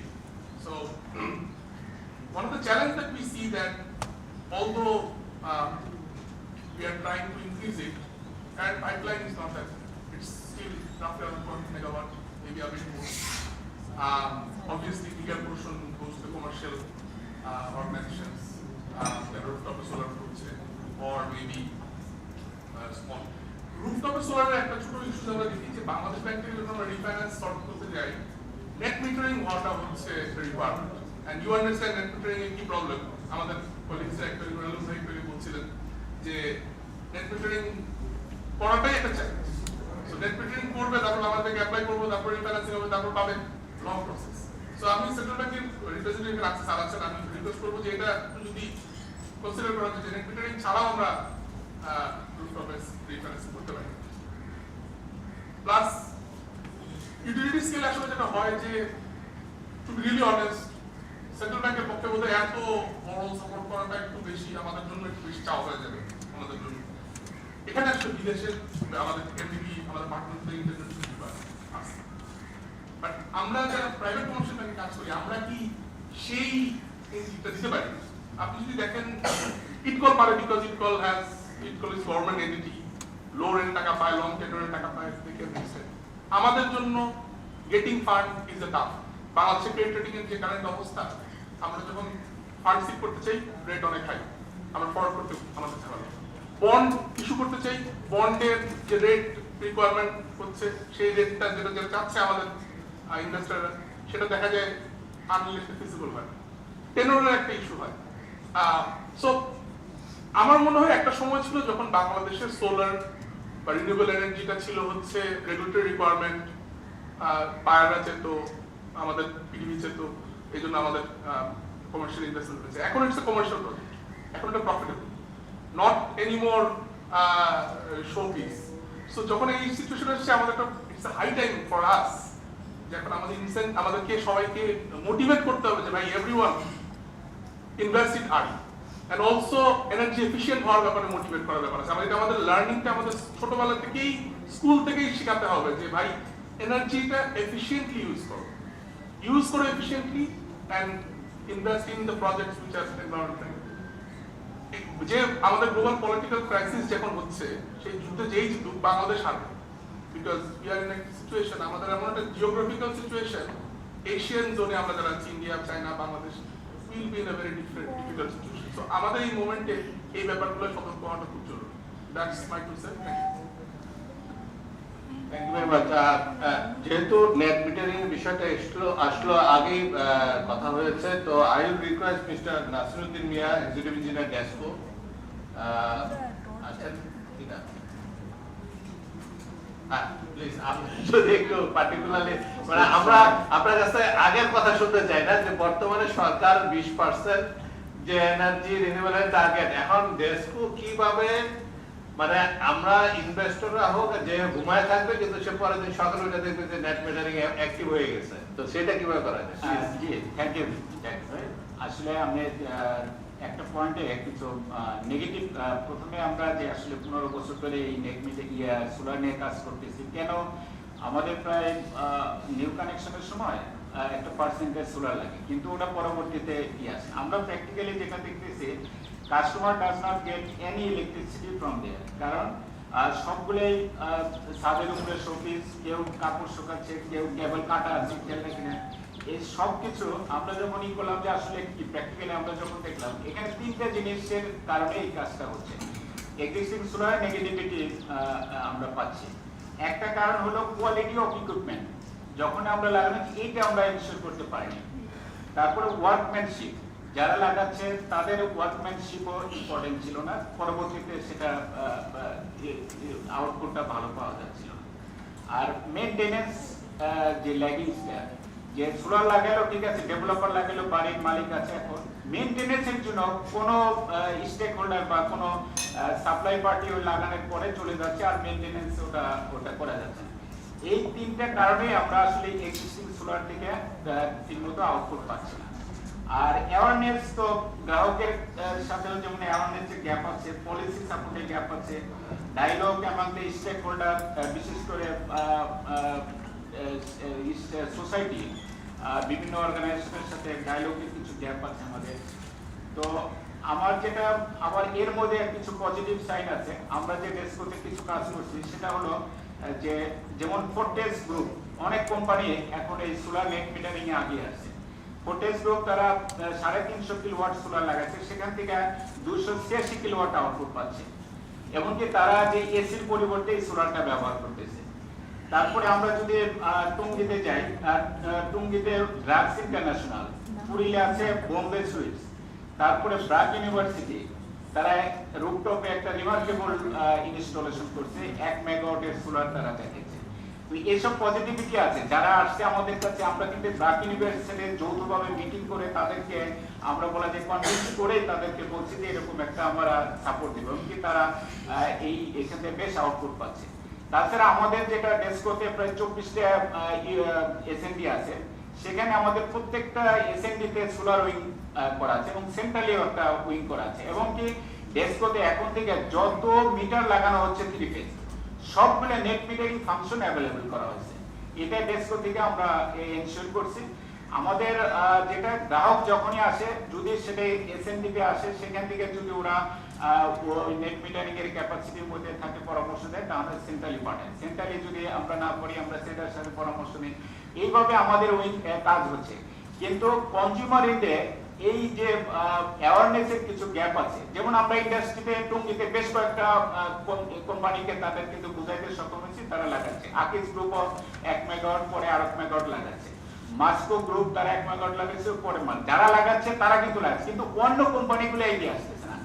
এই ডায়লগে আমাদের যেমন এপিসিসি সহ আরো যে সংস্থা আছে, তারা যদি তাদের সাথে যদি নীতি নির্ধারণ পর্যায়ে ডায়লগ শেয়ার করা হয়, তাহলে মনে হয় যে এই ক্ষেত্রে বেশ আউটপুট পাওয়া যাবে। আর পলিসি গ্যাপে কিছু আছে, তো শর্ট টাইমে নাই বলিয়া। তো আমরা ডেস্কোর পক্ষ থেকে সকল ডোরই আমাদের ওপেন আছে, অ্যাজ এ ইনভেস্টর, কনজিউমার, এমনকি যে কোনো পরামর্শ রিসার্চ সেলার যদি আমাদের কাছে আছে, আমরা অবশ্যই তাদেরকে সবসময় সাপোর্ট দিব, এটা আমাদের আছে। তো সবার একটাই অনুরোধ, we should live well before it leaves us. Thank you very much. Thank you very much. আমরা শুনে খুশি হলাম DESCO has been more active. And আমার মনে হয় যে আরেকটা বিষয় হলো যে এটা একটা অনলাইন বা ডিজিটাল একটা প্ল্যাটফর্ম থাকা, অ্যাপ বেস থাকা উচিত, যেখানে মানুষ ফিজিক্যালি মানে মুভ না করে ফ্যাসিলিটিটা এনজয় করে। এবং এই যে একটা ইকোসিস্টেমের কথা বারবার বলা হচ্ছে, যে লাইক ডেস্কো নেট মিটারিং ছাড়া বাংলাদেশ ব্যাংক লোন দিতে পারে কিনা, মানে এটা আসলে এটা যদি থ্রু ডেস্কো হয়ে বাংলাদেশ ব্যাংক পর্যন্ত আসতে, it is a long process. So if it is possible to build a app, যে সব স্টেক হোল্ডাররা থাকবে, কোথায় কে অ্যাপ্লাই করছে, সেই সুদূর আপনার গঙ্গাচড়া ইউনিয়ন থেকেও যদি কে অ্যাপ্লাই করে, it should be reported to every stakeholder, যে কোথায় জিনিসটা স্টার্ট হয়ে আছে। এই জিনিসটা কিন্তু আমরা পাচ্ছি না। তো আমি একটা পয়েন্ট এখানে বলি যে এখন আমাদের অনলাইন নেট মিটারিং অনলাইনে যে কোনো জায়গা থেকে আবেদন করতে পারে। জি জি, থ্যাংক ইউ ভেরি মাচ। আমি পিডিবি আমরা আরো কিছু আমাদের ইয়ং আছে প্ল্যাটফর্ম, ইয়ং কলিগরা আছে, মাহাদি আল ওয়াকি, 1-2 মিনিটের মধ্যে প্লিজ। হ্যাঁ, আর আমরা খুব কুইকলি শেষ করতে চাই, টাইমলি শেষ করতে চাই। Thank you sir. I am Mahadi Al Wakil from Yango. তো বাংলাদেশের ক্ষেত্রে ইস্যুটা প্রথম হলো বাংলাদেশের কোনো মেন্টালিটি নাই যে তারা ফসিল ফুয়েল থেকে রিনিউয়েবলের দিকে ট্রানজিশন করবে। যদি থাকতো সেটা তারা তাদের কাজের মধ্যে দিয়ে প্রতিফলিত করতো, কিন্তু সেটা তারা করে না। আপনি পিকেএসএস এর কাছে যান, তারা বলছে বাংলাদেশের রিনিউয়েবল এনার্জি কোনো ফিউচার নেই, রিনিউয়েবল দিয়ে বাংলাদেশ চলবে। আপনি মিনিস্ট্রি যান, সেক্রেটারি বলতেছে যে ডেপ্ট is not issue for our country. তাদের এই মেন্টালিটি সুইচটা আগে দরকার, তারপর আপনি পারবেন যে রিনিউয়েবল এনার্জি যত কাজ করবে। যেমন যখন তারা এইসব কথা বলতেছে, তারা প্রতিরোধ করতেছে কি না, রিনিউয়েবল এনার্জি বাংলাদেশের কোনো সলিউশন না। তো আপনি যতই ডায়লগ রাখেন যে রিনিউয়েবল এনার্জি আমাদের জন্য ইম্পর্টেন্ট, এটা করবে, কান্ট্রি সরেন্টলি বাড়াবে, কান্ট্রিকে ডিপেন্ডেন্স থেকে দূরে সরাবে, বাট সেটা করবে না, কারণ তাদের মেন্টালিটিতেই আছে যে বাংলাদেশের জন্য লিকুইড এনার্জি বেস্ট সলিউশন। কারণ কি, তারা শর্ট টার্ম বেশি ফোকাস। রিসেন্টলি দেখছেন যখন প্রচুর পরিমাণে সাবসিডি দেওয়া হচ্ছে, কিন্তু রিনিউয়েবলের ক্ষেত্রে কোনো সাবসিডি দেওয়া হচ্ছে নেই, কোনো অ্যালোকেশন নেই। 24-এর বাজেটে রিনিউয়েবল এনার্জি দিতে স্পেসিফিক কিছু অ্যালোকেশন ছিল, 25-এ সেটা নাই। দেখা যাক 26-এ কি হয়, বাট কাজের ক্ষেত্রে তো দেখাতে হবে যে হ্যাঁ আমরা চাই যে রিনিউয়েবল ক্ষেত্রে আমরা ইনভেস্ট করব, আমরা চাচ্ছি রিনিউয়েবলে শিফট করতে, কিন্তু সেটা তারা কোনোভাবেই দেখাচ্ছে না। তো এই জন্য যখন গ্লোবালি এটা আসতেছে, তারা তো দেখতেছে কোনো কিছুতেই বাংলাদেশের সেই ইন্টারেস্টটা নেই। তো গ্লোবাল ফান্ড এই জন্য ইনক্রিজ হচ্ছে। যেমন রিসেন্টলি গ্লোবাল যতগুলো নেগোসিয়েশন হচ্ছে, বাংলাদেশের কোনো পার্টিসিপেশন সেইভাবে নেই। যে যেমন রিসেন্টলি নেক্সট মাসে হবে transitioning away from fossil fuel, যেটা কলম্বিয়াতে হবে, কিন্তু বাংলাদেশ ফরমালি ওটার পার্ট না। কেন না? তো এইসব ইস্যুগুলোকে আমাদেরকে হাইলাইট করতে হবে। এন্ড এই ক্ষেত্রেই আছে অ্যাডভোকেসি পার্টটা, যেটা থেকে প্রায়োরিটি দিতে হবে। Short thank you very much. আমার মনে হয় এই পয়েন্টটা ইম্পর্টেন্ট যে আমাদের রিপ্রেজেন্টেশন গুলো সব জায়গায় থাকে না। Recently I had an opportunity climate investment ফান্ডের যে বায়ানুয়াল মিটিং ইন ফিজিক্যালি আমি ছিলাম। তো সেখানে বাংলাদেশের রিপ্রেজেন্টেটিভ নাই। তো এখন আমি অবজারভার হিসেবে আমি কিন্তু বাংলাদেশকে শুধু না সাউথ এশিয়াকে রিপ্রেজেন্ট করি। তা এখন আমাকে ওখানে ফাইট করতে হলো যে কেন বাংলাদেশের নেক্সট সিআইএফ এর বোর্ড মিটিংটা করা দরকার, কারণ এখানে বেশ কিছু ইন্টারনাল ইস্যু দাঁড়িয়ে গেছে মিটিংটা যেন না হয় বাংলাদেশে। সো এই যে আমরা sense of responsibility is very important.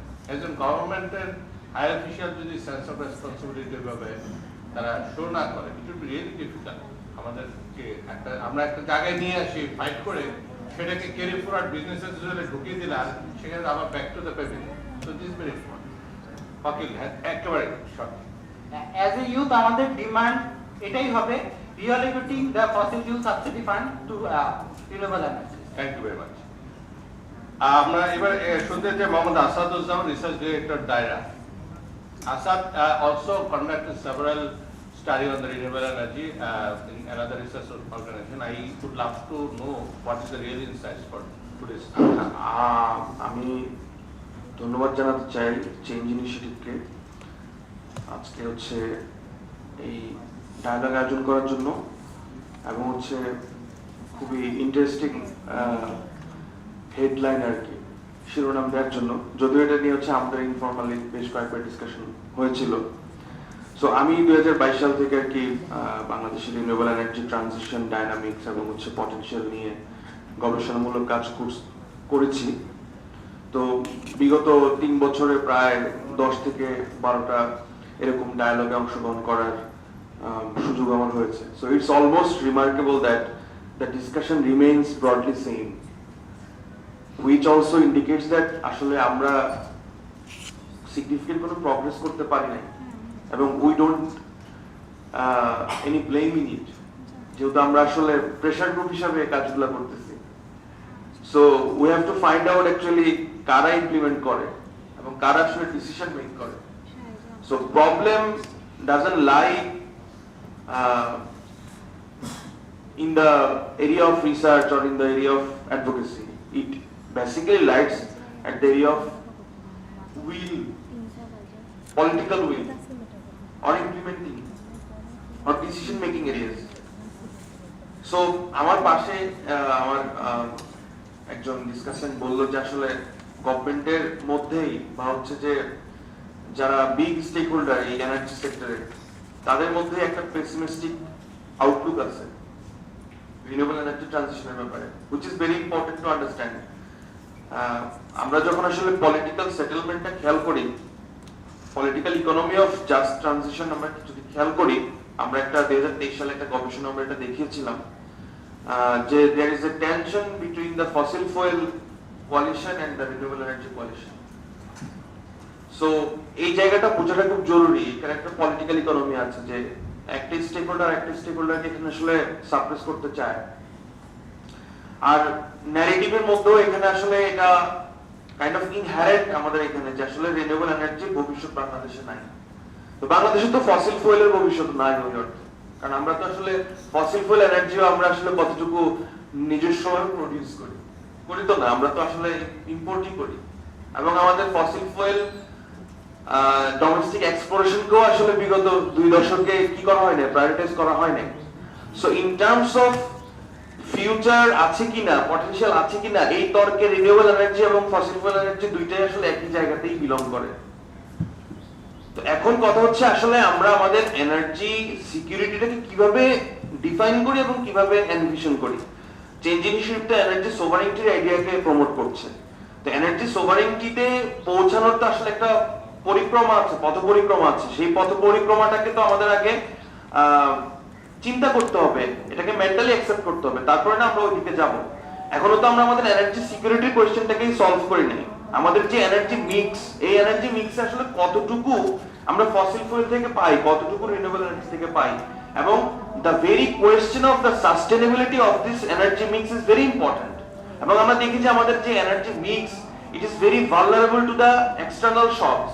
এখন যখন আমরা দেখতে পাচ্ছি যে লাস্ট 5 বছরের মধ্যে দুইটা যুদ্ধ, একটা হচ্ছে রাশিয়া ইউক্রেন যুদ্ধ, আর একটা হচ্ছে এখন মিডল ইস্টে ইরানের সাথে ইউএস ইসরায়েলের যুদ্ধ। এই দুইটা যুদ্ধের ফলে আমরা দেখতে পাচ্ছি যে একটা ইমিডিয়েট ইমপ্যাক্ট হচ্ছে আমাদের এনার্জি সেক্টরে পড়ছে। এরা অন্যান্য সেক্টরেও আছে কিন্তু মোস্টলি এনার্জি সেক্টরে পড়ছে। আমরা প্রাইস শক দেখতে পাচ্ছি, সাপ্লাই শক দেখতে পাচ্ছি। সো এগুলো সবকিছুরই একটা সম্মিলিত প্রভাব কিন্তু আমাদের এনার্জি সেক্টরের যে প্রাইসিং, এই প্রাইসিং এবং এট দ্য সেম টাইম আমাদের যে ইন্ডাস্ট্রিয়াল কম্পিটিটিভনেস, এই কম্পিটিটিভনেসের উপর পড়ছে, যেটা আমাদের এনার্জি সিকিউরিটিকে হেভিলি আন্ডারমাইন করছে। এখন এই ক্ষেত্রে রিনিউয়েবল এনার্জির পটেনশিয়ালটা কোথায়? রিনিউয়েবল এনার্জি কি আমাদেরকে এই ক্রিটিক্যাল লেভারেজটা দিতে পারি কিনা, যার থ্রুতে আমরা এটা বাইপাস করতে পারি? It's a question, it is not an answer yet. কারণ হচ্ছে আমরা এখনো পর্যন্ত রিনিউয়েবল এনার্জি কেন্দ্রিক যে পলিসিগুলো সরকার নিচ্ছে বা যে মাস্টার প্ল্যানগুলো সরকার তৈরি করছে, এই মাস্টার প্ল্যানগুলো হচ্ছে ব্রডলি থিওরিটিক্যাল লেভেলে, মানে এগুলো আসলে কোনো অ্যাকশনেবল প্ল্যান না। আমরা যে আইইএমপি দেখি, জিএসএমপি, পিএসএমপি গুলো আছে আমাদের, বা অথবা ডেল্টা প্ল্যান আছে আমাদের, এই ধরনের যতগুলো মাস্টার প্ল্যান আছে বা প্রসপেক্টিভ প্ল্যান আছে, সবকিছুই পড়লে মনে হয় এগুলো থিওরিটিক্যালি ভেরি সাউন্ড, বাট এগুলো প্র্যাকটিক্যাল অ্যাপ্লিকেশনে কতটুকু এগুলো ইমপ্লিমেন্টেবল সেগুলো নিয়ে প্রপার কোনো অ্যাকশন প্ল্যান গভর্নমেন্টের কাছেও নাই। সো গভর্নমেন্টের কাছে যখন এই অ্যাকশন প্ল্যানগুলো না থাকবে, গভর্নমেন্ট কিভাবে অ্যাক্ট করবে? এন্ড এইখানে আজকে পুরো ডিসকাশনের মধ্যে সবচেয়ে রিমার্কেবল পয়েন্ট যেটা আমি পার্সোনালি অবজার্ভ করলাম, যে ম্যাক্সিমাম বটলনেকস আসলে এনার্জি সেক্টরের বটলনেকস না। এখন এটা তো আসলে এনজিও কনসার্ন না। I will be very frank, মানে এই এনার্জির কোয়েশ্চেনটা এটা আসলে এনজিও কনসার্ন না, যে আমরা হচ্ছে এক ধরনের প্রোটেকশনিজম মেকানিজম দিয়ে এটাকে আমরা বাঁচিয়ে রাখবো। এটার একটা ভায়াবল বিজনেস কোয়েশ্চেনও আছে। এখন যখন এখানে প্রাণ আরএফএল-এর যে প্রতিনিধি আছে, উনি খুব ইম্পর্টেন্টলি জিনিসটা দেখিয়েছেন যে বিজনেস কনসার্নে যখন আমরা চিন্তা করব, ইনভেস্টমেন্টের কোয়েশ্চেন যখন আসবে, তখন as a investor, as a businessman আমি দেখবো যে যারা এখানে পলিসি মেকার আছে তারা আমাকে কি ধরনের সিগন্যালিং করছে, সেই সিগন্যালিং এর বেসিসেই তো আমি রেসপন্স করব। এখন এখানে সিগন্যালিং এর একটা বড় ইন্ডিকেটর হচ্ছে আমার ইনসেন্টিভ স্ট্রাকচার। আমি দেখতে পাচ্ছি যে রিনিউয়েবল এনার্জি সেক্টরের পুরো ইনসেন্টিভ স্ট্রাকচারটা is identified by negative indicators. আমার এখানে ট্যাক্স ইনসিডেন্সের যে ক্রাইটেরিয়া গুলো আছে একদমই আসলে ফিজিবল না। তারপর আমি এখানে রেগুলেটরি কমিশনের যে রোলগুলো দেখি, এগুলা টোটালি কোনো রেগুলেটরি কমিশনের রোল না। যেমন এখানে আপনার পার্ক আছে, বাংলাদেশ এনার্জি রেগুলেটরি কমিশন, স্ট্রেটা আছে, এরা নামেই রেগুলেটরি কমিশনের ভূমিকা পালন করে, কিন্তু এদের আসলে কোনো রেগুলেটরি রোল নেই। তারপর হচ্ছে আমাদের এখানে অনেকগুলো রিনিউয়েবল এনার্জির যে equipment, very necessary equipment, for example inverter, খুবই নেসেসারি একটা ইকুইপমেন্ট। এই ধরনের নেসেসারি ইকুইপমেন্টের উপরে আপনি দেখবেন যে ট্যাক্স কত পার্সেন্ট? ইটস মোর দেন 35%, কিছু কিছু ক্ষেত্রে এটা 54%। তো এইরকম যখন আপনি ট্যাক্স স্ট্রাকচারটা দিবেন, আপনার ট্যাক্স রেজিমটা যখন এই ধরনের ডিসক্রিমিনেটরি থাকবে, it will automatically disincentivise the stakeholders who are willing to participate in this business. So এই ধরনের সমস্যার কারণে আমাদের আসলে পুরো রিনিউয়েবল এনার্জি সেক্টরের পটেনশিয়ালটা আন্ডারমাইন হচ্ছে, এবং আমরা যে পটেনশিয়াল গুলো দেখাচ্ছি এগুলো থিওরিটিক্যাল লেভেলেই সীমাবদ্ধ থাকছে। তো এই জায়গাগুলোতে যদি সরকার উইলিং না হয়, সরকারের নিজেদের মধ্যে যদি এই ধরনের চেতনা না আসে যে বাংলাদেশের আসলে একটা গুরুত্বপূর্ণ সেগমেন্ট আমরা মিস করে যাচ্ছি, এটা আমরা হার্নেস করছি না, তাহলে আমরা এখানে আগাতে পারবো না। এই জায়গাটাকে গুরুত্ব দেওয়া উচিত। ধন্যবাদ সবাই। Thank you very much. আমরা খুব কুইকলি শেষ করতে হবে। আমরা একেবারে আমাদের গেস্ট ওখানে চিফ গেস্টটা এখন পর্যন্ত আমার মনে হয় না আমরা তাকে পাচ্ছি। আমি 1 মিনিট করে সময় দিতে চাই। সাদাব মুক্তাসির, কো-ফাউন্ডার, তো আছে সাদাব। এক মিনিট প্লিজ, হ্যাঁ এক মিনিট। আমরা হ্যাঁ আমাদের প্রফেসর এনামুল হক স্যার ওনারও প্রায়োরিটি মানে একেবারেই সবারই কাজের অবস্থা।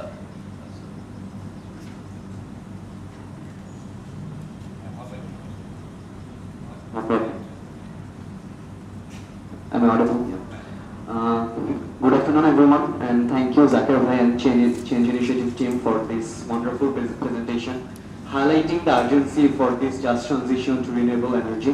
Well, one key factor I want to highlight that has been missing in this whole conversation is the governance and the corruption preventive measures we need to take. Well, I want to cite a report from TIB that was made in 2025 that they conducted research on 5 projects. There was a corruption of 249 crore that was based on land acquisition, and there was and among 6 projects there was a collusive corruption of 2926 crores in the renewable energy sector. Well, if we see that the corruption is present in the renewable energy sector, যদি আমরা ট্রানজিশনটা কোনোদিন করেও ফেলি তাহলে I hope that যে আমরা গত 17 বছরে আমাদের এনার্জি সেক্টরে যে পরিমাণ করাপশন দেখছি, this corruption does not grow to the renewable energy sector as well. Thank you. আমি আরেকটু রিকোয়েস্ট করবো, আমাদের এখানে দুজন সিনিয়র জার্নালিস্ট আছে, আলমগীর ভাইয়ের কাছে আসবো, স্যার চলে যাবেন।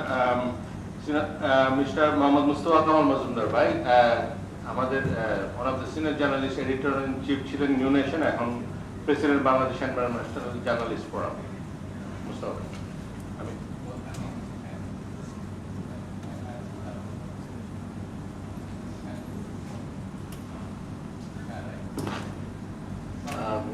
thank you, Zakir Bhai, for inviting me to say something.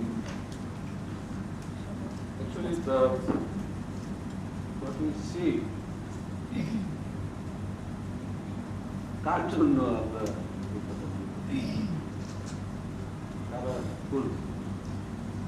কাদের ভালোর জন্য এত সব চেষ্টা, আপনার সভ্যের কথা বললেন, it's a very ferment appeal যে we should have a way out of this very dangerous problem here. But the state minister is not around. To them, I will not blame them because maybe they were not well aware. Maybe they are not aware of the energy scenario and the importance of this very good roundtable. I will just mention one reference that has been made by several speakers, that 3,500 megawatts of electricity used in the irrigation sector can be saved by introducing PV systems. The importance of this is it gives a saving of more power than our Roopur nuclear power plant will give to our country. So, what's the importance of it? How much investment we will have to make to turn those irrigation pumps to PV systems? So, one speaker has rightly mentioned advocacy is needed. The man is not here now, he is sick. Advocacy is very important. Let us all try for that. And I will thank Change Initiative for making a very good roadmap, which experts can say or speak for change if they feel like. But I will tell the audience that it's a very good exercise, and it has shown us the way to move away from traditional sources of funding to new sources of dependable funding, which are very much there around us. We should only tap those. And it's a business proposition that is very important. and government should be told in clear terms, you help this business. Thank you very much. Thank you very much. I will get back to Mr. Azizur Rahman, Chairman Forum for Energy Production.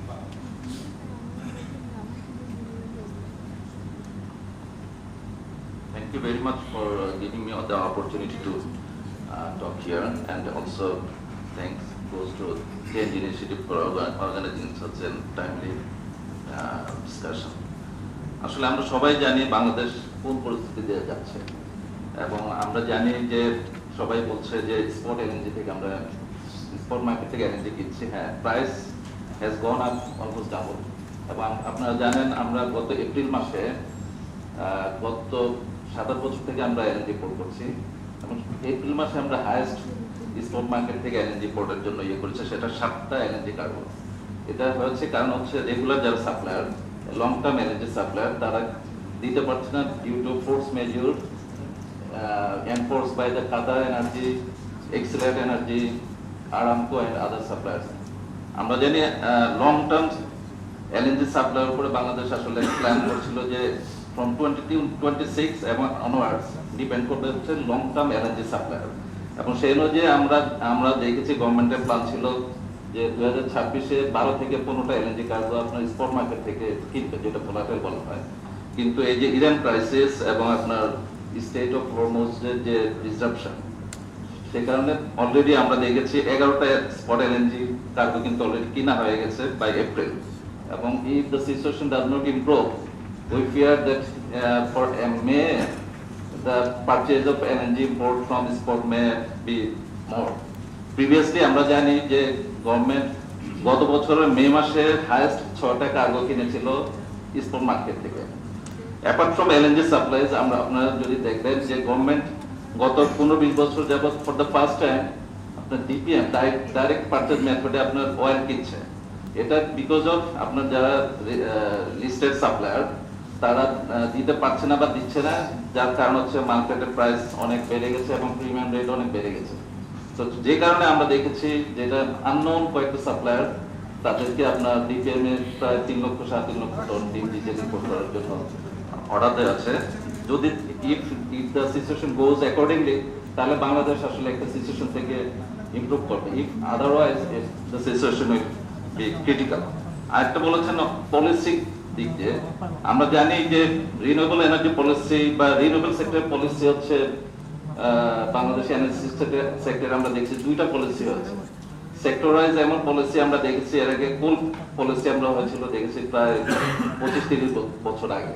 তো কোল policy হওয়ার আগে কিন্তু আমরা দেখেছিলাম বাংলাদেশের যে loan কোল mine, বড় পুকুরিয়া কোল mine, সেটা অপারেশনে ছিল।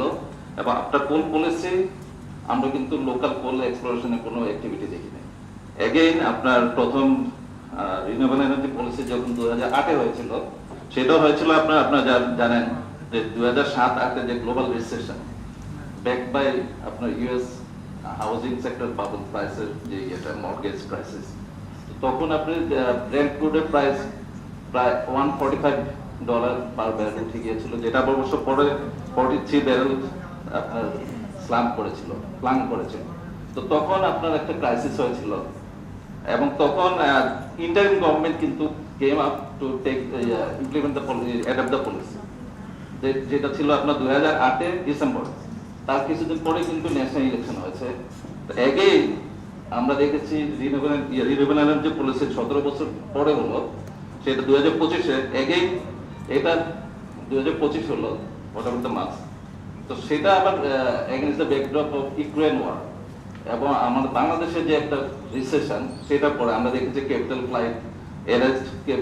ফ্লাইট গত 15-16 বছরে। তারপরে আমরা দেখেছি বিভিন্ন ন্যাশনাল কমিটির যে রিপোর্ট যে মেসিভ করাপশন। তার প্রেক্ষিতে আবার দেখছি কেয়ারটেকার গভর্নমেন্ট কিন্তু কেম আপ এবং টুক দ্য পলিসি। আমরা over the 50 years or time আমরা কিন্তু কখনো দেখিনি যে political government renewable energy policy করেছে। সো আফটার 2008-এর পরে আমরা দেখেছি যে আওয়ামী লীগ গভর্নমেন্ট আপনি স্পেশাল ল করেছে, সে তখন তো আপনার ওরা whatever they did, you know whatever they did. তো এখন আরেকটা চান্স এসেছে যে এখন পলিটিক্যাল গভর্নমেন্ট ইজ দেয়ার, সেই স্পেশাল ল এখন নেই। আপনারা যারা এখানে কাজ করছেন, এখানে আপনারা যদি পার্সু করেন সেটা হয়তো একটা আপনারা মুভ করতে পারবেন। আরেকটা জিনিস আমরা দেখেছি, যেহেতু আমি প্রায় 25-30 বছর ধরে জার্নালিজম করেছি, এই সেক্টরে যত প্রোগ্রাম হয়েছে অন্য সেক্টরে কিন্তু অত প্রোগ্রাম হয়নি। যেমন আমরা কিন্তু দেখিনি গ্যাস পলিসি, আমরা দেখিনি ফার্নেসের পলিসি, অয়েল পলিসি, কিন্তু ওভারনাইট কিন্তু আপনি দেখবেন কোল ফায়ার পাওয়ার প্ল্যান্টের ক্যাপাসিটি প্রায় 7,500 মেগাওয়াট হয়ে গিয়েছে। গ্যাস ফায়ার পাওয়ার প্ল্যান্ট তো অনেক আছে, ফার্নেসের আপনার প্রায় 7,000 মেগাওয়াট আছে। যদি মাঝখানে ডিজেল ফায়ার 1,000 মেগাওয়াট ছিল, এগুলো কিন্তু পলিসি ছাড়া। It means that policy is just an issue or একটা আলোচনা মাত্র। If the government has intention, আপনার মনে হয় করতে পারেন। লাস্টে আমি শেষ করছি, আপনার এই যে রিনিউয়েবল এনার্জি কিছু আপনার স্কোপ আছে, চ্যালেঞ্জ এবং স্কোপ অপরচুনিটি আছে। সেটা হচ্ছে আমরা জানি যে গ্লোবাল যে এক্সপোর্ট মার্কেট, এটা কমপ্লায়েন্স ইস্যু কিন্তু আসলে ইনক্রিজিংলি আপনার ইমপ্লিমেন্টেড হচ্ছে।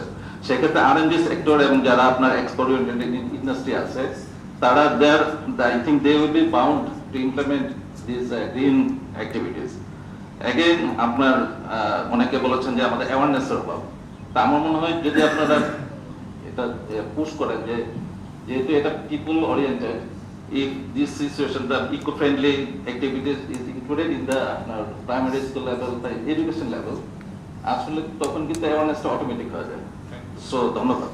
Thank you very much. আমরা Mr. Alamgir Murshid, Youth College Director. After, I know that all the things financing issue, central bank is a charge for me. So, but আপনারা কি ধরনের innovations you are thinking যে আসলে it has a more on macro finance and big finance. Though despite the solar system finance, but new modalities is a problem. এখানে integrated approach বা immediate back pushing করবেন কিনা, যেখানে like প্রাণার এর মতো অথবা যারা ফাইন্যান্সিং ব্রাঞ্চে তাদের কিভাবে চিন্তা ভাবনা ব্যাপারটা আপনার আমরা শুনতে চাই। Thank you. শোনা যাচ্ছে যে I think this is extremely timely session. যে আজকের এই পরিস্থিতিতে আমরা যদি রিনিউয়েবল এনার্জির ভূমিকা বাংলাদেশে বুঝতে না পারি, রিয়েলাইজ না করি, আমরা আর কোনো সময় করা সম্ভব না। কারণ আমরা সবাই কিন্তু এটার ভিক্টিম। আমরা গাড়িতে মোটরসাইকেলে তেল দিতে গিয়ে ঘন্টার পর ঘন্টা আমাদের কিন্তু সময় দিতে হচ্ছে। অনেক পয়েন্ট এসছে এবং এই পয়েন্ট আমি একজন বলছিলেন যে ওনার রিসার্চে যে এই রকম 4 বছর ধরে উনি কিন্তু এই পয়েন্টগুলো শুনে যাচ্ছেন, কিন্তু ম্যাসিভ কোনো প্রগ্রেস হচ্ছে না। আমিও নোট করছিলাম যে নতুন কোনো পয়েন্ট পাই কিনা, বাট ইট সিমস দ্যাট আমাদের পয়েন্টগুলো কিন্তু সবাই জানি। প্রসেসগত চ্যালেঞ্জ আমরা জানি, যে কালেকটিভ যে এফার্ট সেখানে কিছু চ্যালেঞ্জ, ইন্টিগ্রেটেড হতে পারছি না। তো আজকে আমার একটা অন দ্য আউটসাইড আবেদন থাকবে, আমরা যে এই যে 3 ঘন্টা সময় আমরা সবাই দিলাম, এটার জন্য একটা এফেক্টিভ অ্যাকশন প্ল্যান হয় এবং এটার জন্য একটা প্রপার ফলো আপ হয়। Otherwise, what will happen, we'll come again into a seminar. I think this week we have number of seminars and discussions on this topic, and more or less we'll be talking about the same issues. So I think it's very important that you have an action plan and create some committee with maybe the government agencies as well and all of us, so that we can follow up and bring out some, implementation aspect and সবাই বলছে এটা যেন হয়, যেটা like that. Now coming to the financing, actually there is a lot of expectation from INCOM. I've been the CEO for last 4 years. What I have seen, when you expect a lot from someone, there's always an expectation gap. But the challenge is we need more of INCOMs because we have a lot of accolades, and we get recognized for all these things we do in renewable energy and energy efficiency space. আজ পর্যন্ত আমরা প্রায় 12,000 কোটি টাকা আমরা কিন্তু renewable energy এফিসিয়েন্সিতে invest করেছি in the private sector. গত 4 বছরে আমরা প্রায় 7,000 কোটি টাকা, অলমোস্ট 8,000 কোটি টাকা রিনিউয়েবল এনার্জি খাতে ইনভেস্ট করেছি। These are small numbers if you look at that $32 billion number. But the interesting thing is, ITCOL in 11,000 বা 7,000 কোটি টাকা যে total investment, this is almost 44% of the country's total renewable energy investment. 44%. তার মানে আমাদের renewable এনার্জিতে যে investment হচ্ছে এটা খুবই কম। আমি একটু মত পোষণ করি ইনসেন্টিভের ব্যাপার। অনেকে বলছেন রিনিউয়েবল এনার্জি আসলে ইনসেন্টিভ নাই, কেউ করতে চায় না, which is not right. আমার পাশে প্রাণ group, one of the largest conglomerate in Bangladesh, has a dedicated person for renewable energy. And ITCOL has finance in Pran for their solar rooftop project. কারণ large local corporates has realized that our 11 টাকা থেকে 5 টাকার electricity is much better. I cannot increase the price of my product, but I can reduce the cost of my production. 5 taka. Can you imagine? So Akis Group it is not 1 megawatt. Akis Group ITCOL has financed 80 megawatt of solar rooftop. 80. And we have spoken to the chairman. He is looking for more energy efficient, process and all that.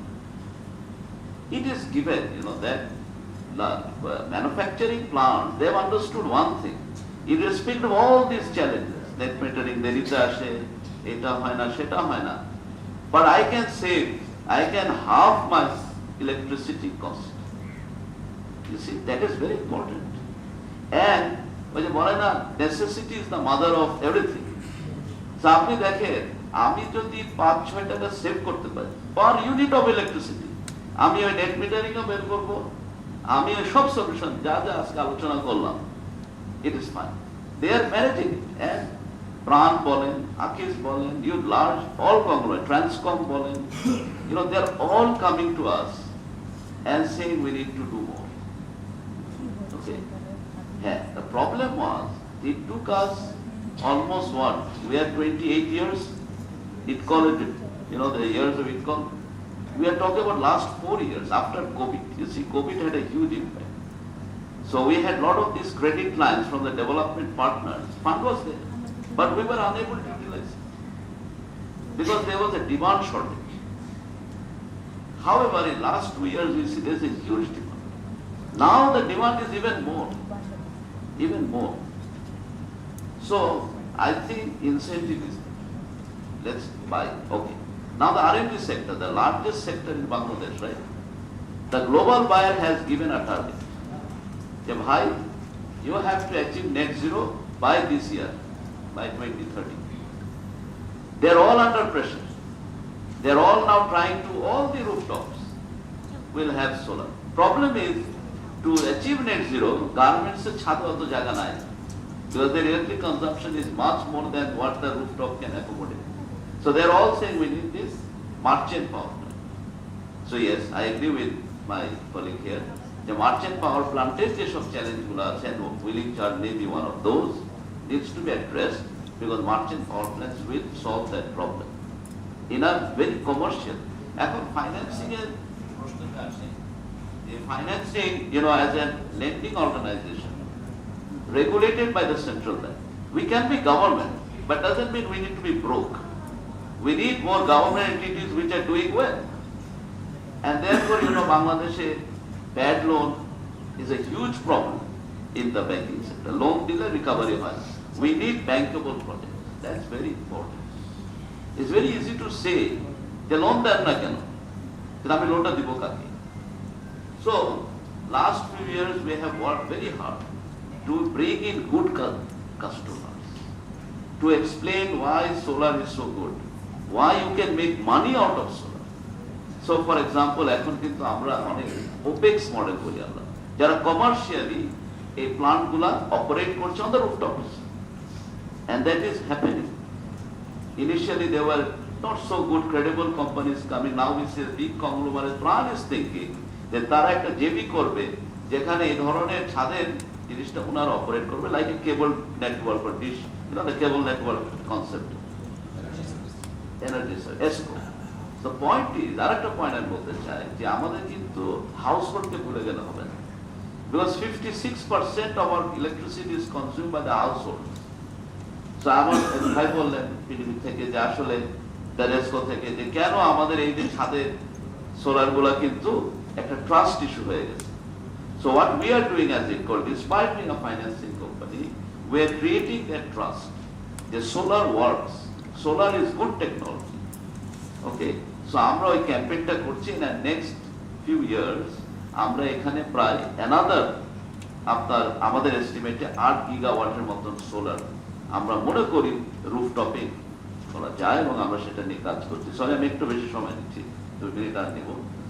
আমার মনে হয় incentive is there, very good. যে government কিন্তু 35,000 মেগাওয়াটে যেটা আরেকজনও বললেন এই 20% টার্গেটটাকে কিন্তু ওনারা বজায় রেখেছে।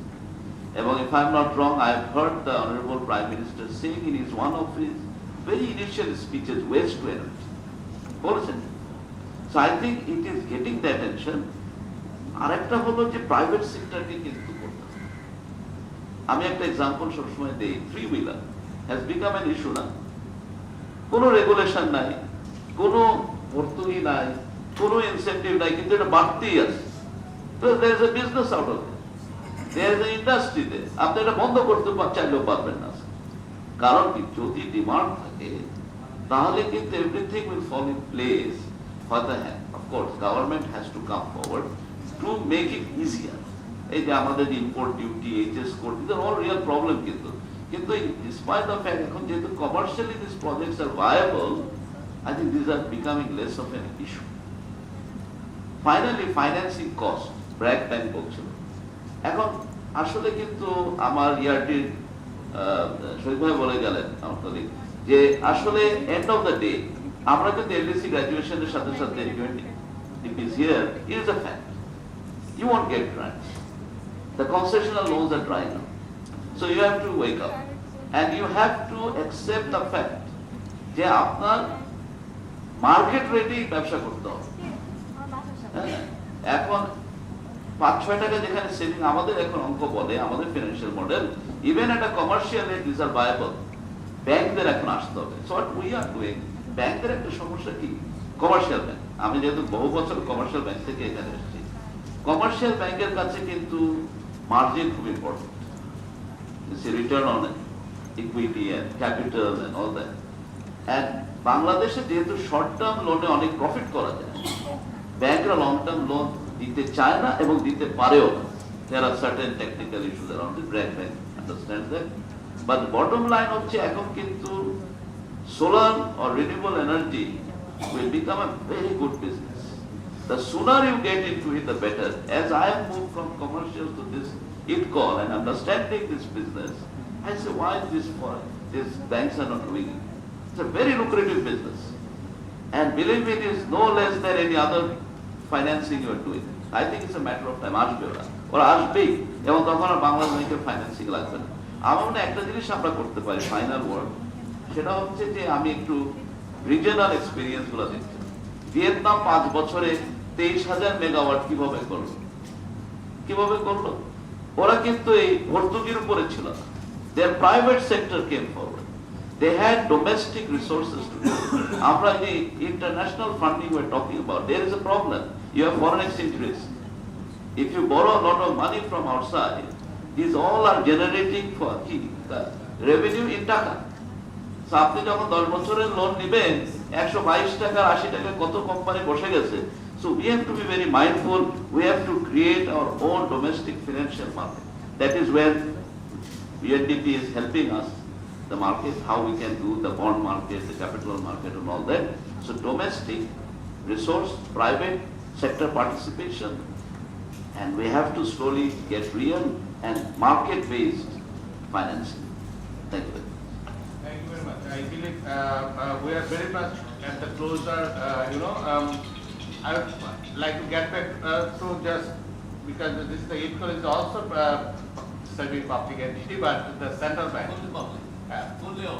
Sometimes I love to say the semi-public, so that you can mobilize some fund for the private sector. Mr. Abu Alam, additional data from Bangladesh Bank. Exactly what we are really very keen, that transformative approach. You have a money, we know nobody is accessing, but we need the money to be mobilized. So what are you exactly taking about that? আসসালামু আলাইকুম, thank you. Actually আমি খুব অল্প কথাই বলবো আর কি, যে আপনারা জানেন যে সেন্ট্রাল ব্যাংক থেকে আসলে সরাসরি ক্লায়েন্ট লেভেলে আমাদের কাজ করার সুযোগ, আমরা থ্রু ব্যাংক কিংবা এনবিএফের মাধ্যমে আমরা কাজটা করি। তো এই রিনিউয়েবল এনার্জি নিয়ে সেন্ট্রাল ব্যাংক কাজ শুরু করছে কিন্তু অনেক আগে, 2011 সাল থেকে, এবং 2011 সাল থেকে এখন পর্যন্ত আমরা প্রায় 8টা পলিসি গাইডলাইন বলেন, পলিসি বলেন আমরা দিয়েছি। এর মধ্যে সাস্টেনেবল ফাইন্যান্স পলিসি আছে, যেখানে রিনিউয়েবল এনার্জি নাম্বার 1 সেক্টরের মধ্যে। এখানে আমরা বলে দিয়েছি 94টা প্রোডাক্ট, যেটা হচ্ছে খুব পরিবেশের জন্য ভালো কিংবা সাস্টেন। তো এইটাতে ইনভেস্ট করলে ব্যাঙ্কগুলোকে আমরা রিফাইন্যান্স করি কিংবা কিছু ফ্যাসিলিটি আমরা দিই। তারপরে আমরা গ্রিন ট্যাক্সোনমি করে দিয়েছি। তাছাড়া বাই দিস টাইম আমরা ব্যাঙ্কগুলোকে বলে দিয়েছি যে তোমার টোটাল ইনভেস্টমেন্টের 40% হতে হবে সাস্টেনেবল ফাইন্যান্স, যার মধ্যে রিনিউয়েবল এনার্জিটা আছে।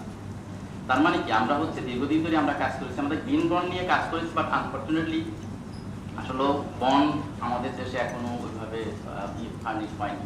এটাতে আমরা খুব একটা সফল হতে পারিনি, কিন্তু আমরা কাজ করছি। এবং রিসেন্টলি একটা বেস্ট প্রজেক্ট নামে একটা ওয়ার্ল্ড ব্যাংকের সহযোগিতা আমরা একটা প্রজেক্ট করতেছি, যেটা হচ্ছে প্রায় $55 মিলিয়ন। এইখানেও কিন্তু রুফটপ সোলার নাম্বার 1, আমাদের 4টা সেক্টর আছে, রুফটপ হচ্ছে 1, এখনো প্রজেক্টটা স্টার্ট অনেক হবে। তো ইভেন ইফ আমরা ব্যাংকগুলোতে সিএসআর পলিসি আছে, সেখানেও আমরা বলে দিয়েছি যে তোমার সিএসআর যে ফান্ড আছে তার একটা 20% হতে হবে এই যে সাস্টেনেবল ফাইন্যান্স কিংবা এটা যেন একটা ফান্ড গঠন করা হয়, যাতে তুমি এই সেক্টরে লাগলে তুমি ইউজ করতে পারো, এবং সেটাকে আমরা সিএসআর অ্যাক্টিভিটিস হিসাবে গণ্য করব। তো এইটা হচ্ছে আমাদের পলিসি। এবং এখন পর্যন্ত আমরা যত আলোচনা করলাম, তো এই পলিসি নিয়ে কোনো কথা হয়নি আমার এখানে। সো আমি মনে করি যে ঠিক আছে, পলিসি ঠিকভাবে চলছে, এবং এটা এনাফ না, সামনে অবশ্যই আরও লাগবে, এবং আমাদেরও কাজ করতে হবে। এখন আসলে ফাইন্যান্স, এটা নিয়ে খুব সব জায়গায় আমাদের এটা নিয়ে কোশ্চেন থাকে। আপনারা জানেন যে বাংলাদেশ ব্যাংকের মোরলেস 40,000 crore টাকা রিভলভিং হচ্ছে, এই ফাইন্যান্স হচ্ছে। এর মধ্যে 7,000 কোটি টাকা হচ্ছে রিনিউয়েবল ফাইন্যান্স নিয়ে আমরা কাজ করছি, রাইট? তো এখন এই 7,000 কোটি টাকা কিন্তু আসলে এনাফ না, আমাদের কাছে হিউজ অ্যাপ্লিকেশন আসে। এই 7,000 কোটি টাকা তো অল্প। এখন বাংলাদেশ ব্যাংক অনেকে মনে করেন চাইলেই তো বাড়াতে পারে, বাংলাদেশ ব্যাংকের নিজস্ব ফান্ড আছে, টাকা চাপাইলেই হয়, খরচ খুব কম, চাপানোর খরচ কম। আনফর্চুনেটলি আপনারা জানেন যে এই ফান্ডটা ছিল একটা ডলার ফান্ড, রিজার্ভ থেকে নিয়ে আমরা করেছিলাম, তারপরে IMF এর প্রেসারে এটা আমরা বাধ্য হচ্ছি লোকাল টাকায় করতে। এবং IMF বারবার আমাদের কিন্তু বছরে একবার আসে, প্রথমে এসে বলে তোমাদের ফান্ড কমাইছে কিনা। এই 7,000 কোটি টাকা থেকে তারা বারবার প্রেসার দিচ্ছে যে এটা কমাতে হবে, এটা জিরো করতে হবে। তো যাই হোক, আমরা 7,000 কোটি টাকা থেকে জিরো করি নাই, আমরা এখন রিভলভিং বেসিসে দিচ্ছি। আমাদের 3টা নামে এটা যাচ্ছে, কখনো গ্রিন টেকনোলজি নামে যাচ্ছে, কখনো গ্রিন প্রোডাক্ট নামে যাচ্ছে, কিংবা গ্রিন ইনিশিয়েটিভ, সেখানেও আমরা দিচ্ছি। এখন একটা আসলে এই ফান্ড বাড়ানো মনে হয় সম্ভব না, IMF এর কথার বাইরে যাওয়ার সুযোগ আমাদের কম।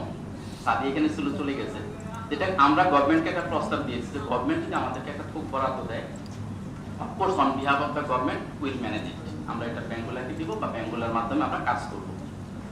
তো এখন এই ক্লায়েন্ট লেভেলে একটা সমস্যা আছে। ক্লায়েন্ট মনে করে কি যে বাংলাদেশ ব্যাংকের ফান্ড আমার কিছু না, আমি জাস্ট চাবো আর পাবো। আমাদের এখানে বলা আছে যে ক্লায়েন্টও ক্লিন হতে হবে, অ্যাটলিস্ট তার CIB-টা ক্লিন হতে হবে, আমি তার CL থাকা যাবে না। এখন যখনই কোনো ক্লায়েন্ট বা কোনো অ্যাপ্লিকেশন ব্যাংকগুলোর কাছে প্রেসার দেয়, আমরা খোঁজ নিয়ে দেখি আসলে ওই ক্লায়েন্ট 2টা কাজ করছে। এক হচ্ছে তার CL ঠিক নাই, 2 হচ্ছে উনি এই ধরনের আরো যে ফ্যাসিলিটি আছে সেগুলো নিয়ে ফেলছে। আমাদের বলা আছে যে কোনো একটা ফ্যাসিলিটি নিয়ে অ্যাভেল করতে পারবে। আসলে একজনের একটা প্রতিষ্ঠান যদি 3-4টা ফ্যাসিলিটি অ্যাভেল করে এবং সেই ক্লায়েন্টের সঙ্গে যদি ভালো রিপোর্ট না থাকে, সেখানে ফাইন্যান্স করা তো ডিফিকাল্ট। তবে আশার কথা হচ্ছে আমরা যে রিফাইন্যান্স করছি এখন পর্যন্ত, এই 7,000 কোটি টাকার কথা আমি বলতে পারি, অন্য কোনো জায়গায় বলতে পারবো না। অন্য জায়গায় ডিফল্ট রেট হচ্ছে 30, 33, 35%। ফরচুনেটলি আমাদের এই রিনিউয়েবল এনার্জিতে ডিফল্ট রেট হচ্ছে 0.73%, মানে খুবই মিনিমাম। তো এটা একটা আশার কথা, তার মানে কি এই সেক্টরে ইনভেস্ট করলে আমাদের রিটার্নটা আসে এবং ক্লায়েন্টরা কিন্তু লাভবান হয়, অনলি 5% তারা এই টাকাটা পান। তো আজকে আসলে এই হচ্ছে ইনফরমেশন। তো ফান্ড বাড়ানোর আসলে ওই রকম কোনো অপরচুনিটি আসলে নেই, তবে গভর্নমেন্ট ফান্ড দিলে সেটা আমরা ম্যানেজ করবো, আমরা লিখিতভাবে গভর্নমেন্টকে জানিয়েছি। আর আজকে যে প্রেজেন্টেশনটা হলো, এখান থেকে আমার একটা খুব ভালো একটা নিয়ে যাচ্ছি, সেটা হচ্ছে যে জাস্ট ডিজেল যে ইঞ্জিনগুলো ইউজ হয়, এইখানে দেখলাম যে যদি আমরা এটা সোলারে কনভার্ট করি তাহলে প্রায় 3,500 মেগাওয়াট বিদ্যুৎ আমাদের এনার্জি আমরা সেভ করতে পারবো। আই থিঙ্ক ইটস গুড, এবং এই আইডিয়াটা আমি নিয়ে যাচ্ছি। আমাদের আসলে ইরিগেশন প্রজেক্ট আছে, কিন্তু স্পেশালি যদি ছোট্ট কাজটাও করা যায়, যে আমরা তো রিফাইন্যান্স স্কিম দিই, অল্প দিই, অত বেশি টাকা নেই, যদি এটাকে কোনোভাবে ব্যাংকগুলোকে আমরা আলোচনা করে এটাকে ইনক্লুড করতে পারি, আই থিঙ্ক এটা ভালো একটা কাজ হবে। আমি এই জিনিসটা নিয়ে যাচ্ছি। Thank you very much. এটাই আমার আমি একটু জাস্ট অ্যাড করি যে এসএমই ফাইন্যান্স, এসএমই ফাউন্ডেশন বা বিসি আমাদের যে স্টাডিটা গত পরশু রিলিজ করেছি, তো আমরা যদি দেখতে পাচ্ছি যে 20% যদি স্পেস আমরা বিসি কে ইউজ করি, প্রায় 114 মেগাওয়াট। মানে হলো যে আপনারা যদি, যেহেতু এটা খুবই ক্লাস্টার বেস এবং কনসেন্ট্রেটেড, বাংলাদেশ ব্যাংক কি বিসি এর সাথে বা এসএমই ফাউন্ডেশনের সাথে জয়েন্টলি কোনো একটা এগ্রিমেন্ট করে যে minimum compliance, just like fund manager create করে, এটা এখন তো আমাদের ওপেন সোর্স ডাটা আছে, আমরা কিন্তু রিস্ক প্রোফাইলটা টিপিক্যালি যেটা আমাদের এখন যেটা করা হয় ব্যাংকে, যেটা একটা মানুষের ফাইন্যান্সিয়াল কমপ্লায়েন্স পায়, এখন কিন্তু ওপেন সোর্স থেকে আমরা নিতে পারি। সো এইটা একটা প্রোঅ্যাক্টিভ অ্যারেঞ্জমেন্টে যদি আপনারা ইনোভেশনটা নিয়ে আসেন, I think that would be really very much benchmarking. কারণ ডিস্ট্রিক্টে বা এসএমই সেক্টরে প্রায় 80% বা 85% আমাদের এমপ্লয়মেন্ট ডিরেক্টলি ইনডিরেক্টলি ইনফর্মাল আছে। তো বাংলাদেশ ব্যাংক ওই জায়গাটাতে এসে কিভাবে আরেকটু ফোকাস করা যায়, সেটা আমার মনে হয় যে that would be nice thing. আমি বলি থ্যাংক ইউ। ওকে, আমরা আর জাস্ট আমরা শেষ করছি। আমাদের পিডিবি থেকে, এনার্জি রেগুলেটরি কমিশন থেকে আছে, পিডিবি থেকে মিস্টার জাহাঙ্গীর আলম মোল্লা, ডিরেক্টর সুপারিনটেন্ডেন্ট ইঞ্জিনিয়ার পিডিবি। বেশ কিছু জিনিস আছে পিডিবি কে আমরা সামনে দেখতে চাই more on holding company rather than জেনারেটরস। So what is your take on that? Thank you. First of all, I would like to thank this initiative to arrange such an important topic of Bangladesh. This is dependence to sovereignty. This is the really necessity of the Bangladesh and right time. Not actually right time, we already lost time. This is the high time to move from this dependency to sovereignty by switching from fossil fuel to renewable. Actually, I was listening all the honorable speakers' speeches, and it was fully frustrating. And really, it is the scenario is frustrating. But on behalf of BPDB cannot frustrate, because BPDB is the only authority who is responsible for the generation of the power of the Bangladesh. So he cannot be frustrated. He has to move forward. He has to find out what are the problems, what are the solutions, and how can achieve the target. So BPDB is working hard to achieve the target. Our younger brother was telling that somebody is saying that there is no future of renewable in Bangladesh. I will say it may be his personal opinion. I will say it's not a debatable issue nowadays. It's the reality that we have the resources and we have to switch from fossil fuel to renewable, and there is no alternate of this. And BPDB believes this work. BPDB is working hard to achieve this. I will say that everybody maybe will know about this, what are the recent progress or towards moving from fossil fuel to the renewable. Already we have published renewable policy, and we have published the National Rooftop Solar Program. We have published the Merchant Power Policy. And as per the renewable energy policy, we have target 20% by 30 and 30% by 40. Rooftop also we have made a target of 3,000 megawatt from rooftop solar. And merchant power also, this is the new concept. One of our honorable speaker, he mentioned that about the wheeling charge of PGCB and approval, delay of the approval. Really frustrating. I don't know that what is the reason behind it to get the approval. And if the wheeling charge is 2.5 taka instead of 31 paisa, this is also very high.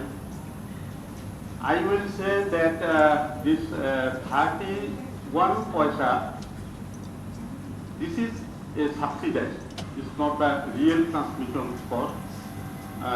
For the merchant power plant, maybe they will not be getting with the subsidized price, but it should not be 2.5 taka, I believe. So far I know that we published the merchant power policy, but to implement this one, there are a lot of issues are there. For example, what is the wheeling charge? Already we got a problem. So what BPDB did, BPDB formed a committee to analyze what are the problems and how we can implement this one to execute this merchant power policy. And so far I know this committee is working. And I believe the problems will be identified and it will be solved also. This transition, merchant power policy, this transition is not new, but we are focusing seriously on this transition very recent.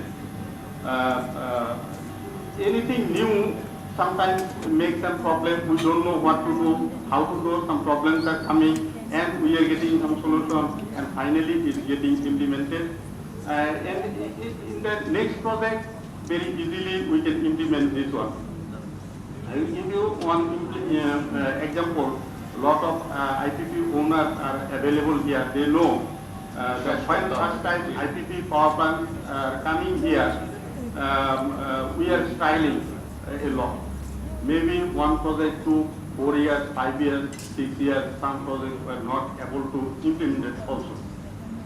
I have an example. One 300 megawatt power plant implemented within 10 months.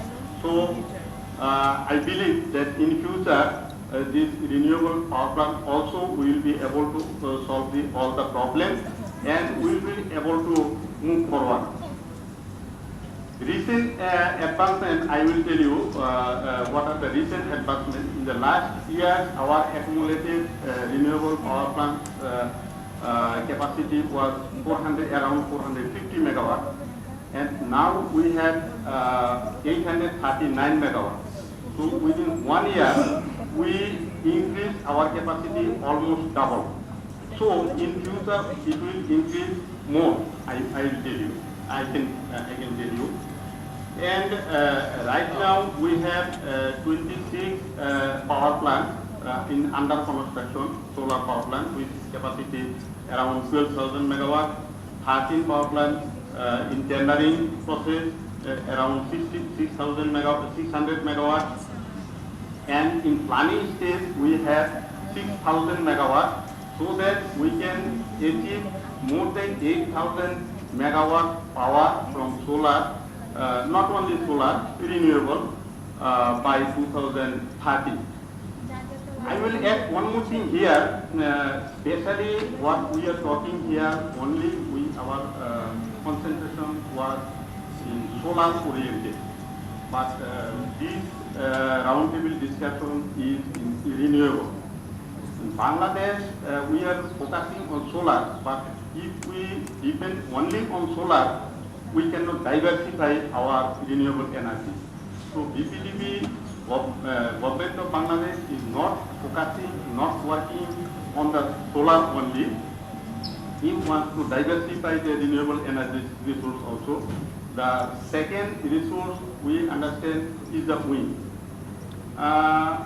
So far I know that we have like solar also some negative impact, negative narrative against the solar also is there. We don't have just 2 minutes. We don't have that much windy speed in Bangladesh because this is very important topic. That much high windy speed in Bangladesh, but we have medium windy speed. For the high windy speed, the tariff becoming 4 to 5 cents. But in our cases, if we implement the solar, the wind, the tariff, maybe it will come to around 8 to 10 cents. Which is very much encourageable. So we are trying to identify the wind power plant area. We have a very big coastal area. Okay, thank you very much. আমার মনে হয় যে ইনসাইটটা ভালো আসলো যে 8000 মেগাওয়াটের target. আমরা let's see how can make it more.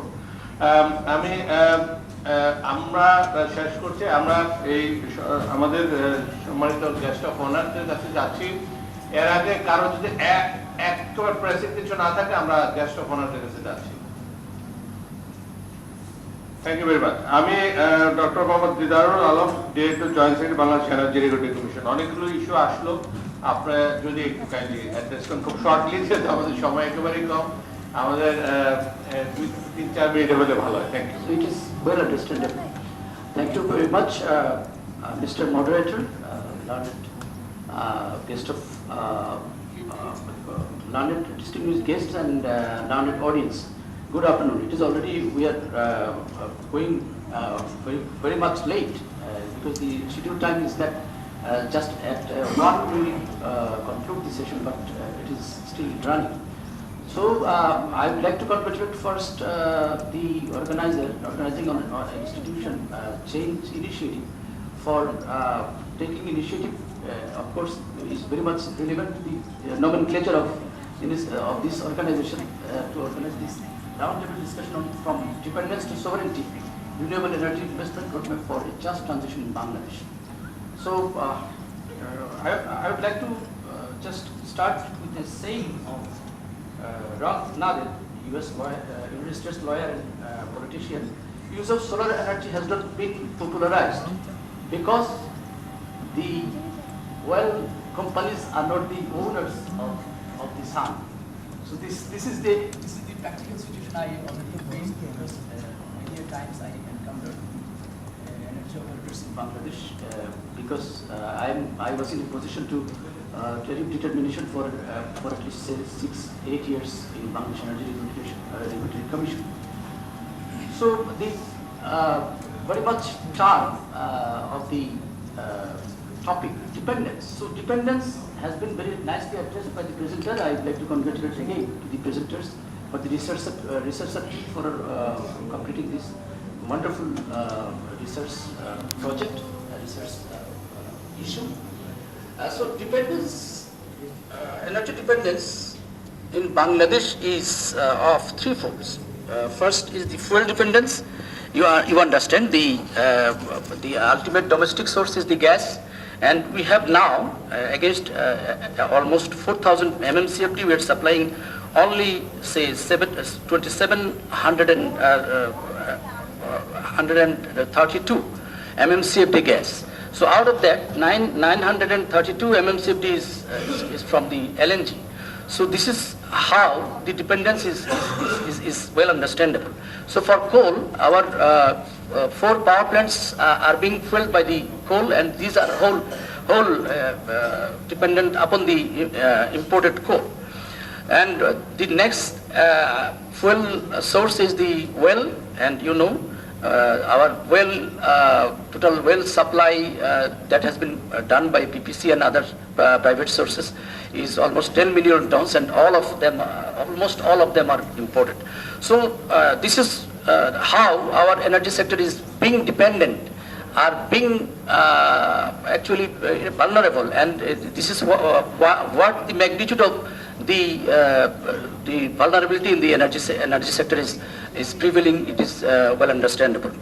So in this context, solar is the only solution. I am not telling that, as our director PTB was telling that there should be some diversity also in the renewable sources. So solar could actually be the main source. Although wind, as his statement tells that this is not still up to the speed level we are wanting for a commercial conversion of wind energy to the electricity. But still, there some projects are still going, and we know that REL already proposed a policy that we are having potential to produce 20,000 megawatt from wind sources, offshore and onshore, both. So in this context, solar and renewable is the only domestic source we can actually rely upon for establishing sovereignty, energy sovereignty. So this is undeniable. Already we told in many occasions that many speakers and the discussant already highlighted this issue. Now, how we can achieve that? So for that, first issue is the financing transition beyond conventional climate finances. এখানে আমি যে জিনিসটা বলতে চাই, আসলে আমাদের রিনিউয়েবলের ব্যাপারটা, আমাদের যে পলিসি, যদি পলিসি এভলিউশনটা আমরা যদি দেখি, আমাদের সেই এনার্জি পলিসি 1995 সালে হয়েছে, তারপরে আমরা পাওয়ার সেক্টর মাস্টার প্ল্যান বানিয়েছি, গ্যাস সেক্টর মাস্টার বানিয়েছি, তারপরে আমরা রিনিউয়েবল এনার্জি পলিসি বানিয়েছি, তার আগে আবার integrated power and energy policy recently আমরা বানিয়েছি 2025 পর্যন্ত। এখন সমস্যা ছিল যে আমাদের প্রত্যেকটা জায়গায় আমাদের কমপ্লায়েন্সটা ছিল না। কমপ্লায়েন্সটা যদি আমরা শুধুমাত্র গ্যাস সেক্টর মাস্টার প্ল্যানটার উপরে যদি আমরা দাঁড়াতে পারতাম ভালো হতো, তাহলে কিন্তু আজকে আমরা এরকম একটা খুব বাজে একটা অবস্থার মধ্যে পড়তে হতো না। যে এখন সাপ্লাই চেইন যে ডিসরাপশনটা শুরু হয়েছে, এটা শুরু হয়েছে আসলে ইউক্রেন ওয়ারের পর থেকে। এখন তো একেবারেই হরমুজ স্ট্রেটে এবং মিডল ইস্টার্ন কান্ট্রিগুলোতে যে আনরেস্ট দেখা দিয়েছে, এটার ফলে তো এটা আরও বেশি এটার ম্যাগনিটিউড বেড়েছে। তাহলে ফিনান্সিয়াল যে ইনস্ট্রুমেন্টগুলো আমাদের এখন আছে, সেগুলোকে আমরা আরও কীভাবে ইনোভেটিভ করতে পারি, that could B a very big area of discussion that has been discussed anyway. তো আমি এখানে 5টা পিলার যেটা বলতে চাচ্ছি। প্রথম হলো ডোমেস্টিক রিসোর্স মোবিলাইজেশন। সেখানে আমাদের সভারেন গ্রিন বন্ডস, আমাদের বাংলাদেশ ব্যাংকের যিনি ছিলেন প্রতিনিধি, তিনি বলেছেন infrastructure bonds, renewable energy investment funds, pension and insurance sector participation, wage earner bond and NRB bonds, এগুলো সম্পর্কে ইতিমধ্যে আলোচনা হয়েছে। তারপরে ব্ল্যান্ডেড ফাইন্যান্স মেকানিজম, যেটা আমাদের আসলে ইটকল কিছু বলেছে যে আমাদের ইনভেস্টররা সায়, কারণ তারা মনে করে যে আমাদের যে এরকম একটা আননোন একটা টেকনোলজিটা পরীক্ষিত হয়নি, সেখানে আমাদের এই জায়গায় আমার কনফিডেন্সটা বিল্ড আপ করার জন্য কিছু ফিনান্সিয়াল ইনস্ট্রুমেন্টের অ্যারেঞ্জমেন্ট আমাদের থাকা উচিত।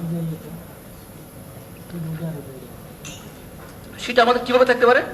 একটা হচ্ছে যে আমাদের viability gap funding, partial risk guarantees, currency risk hedging.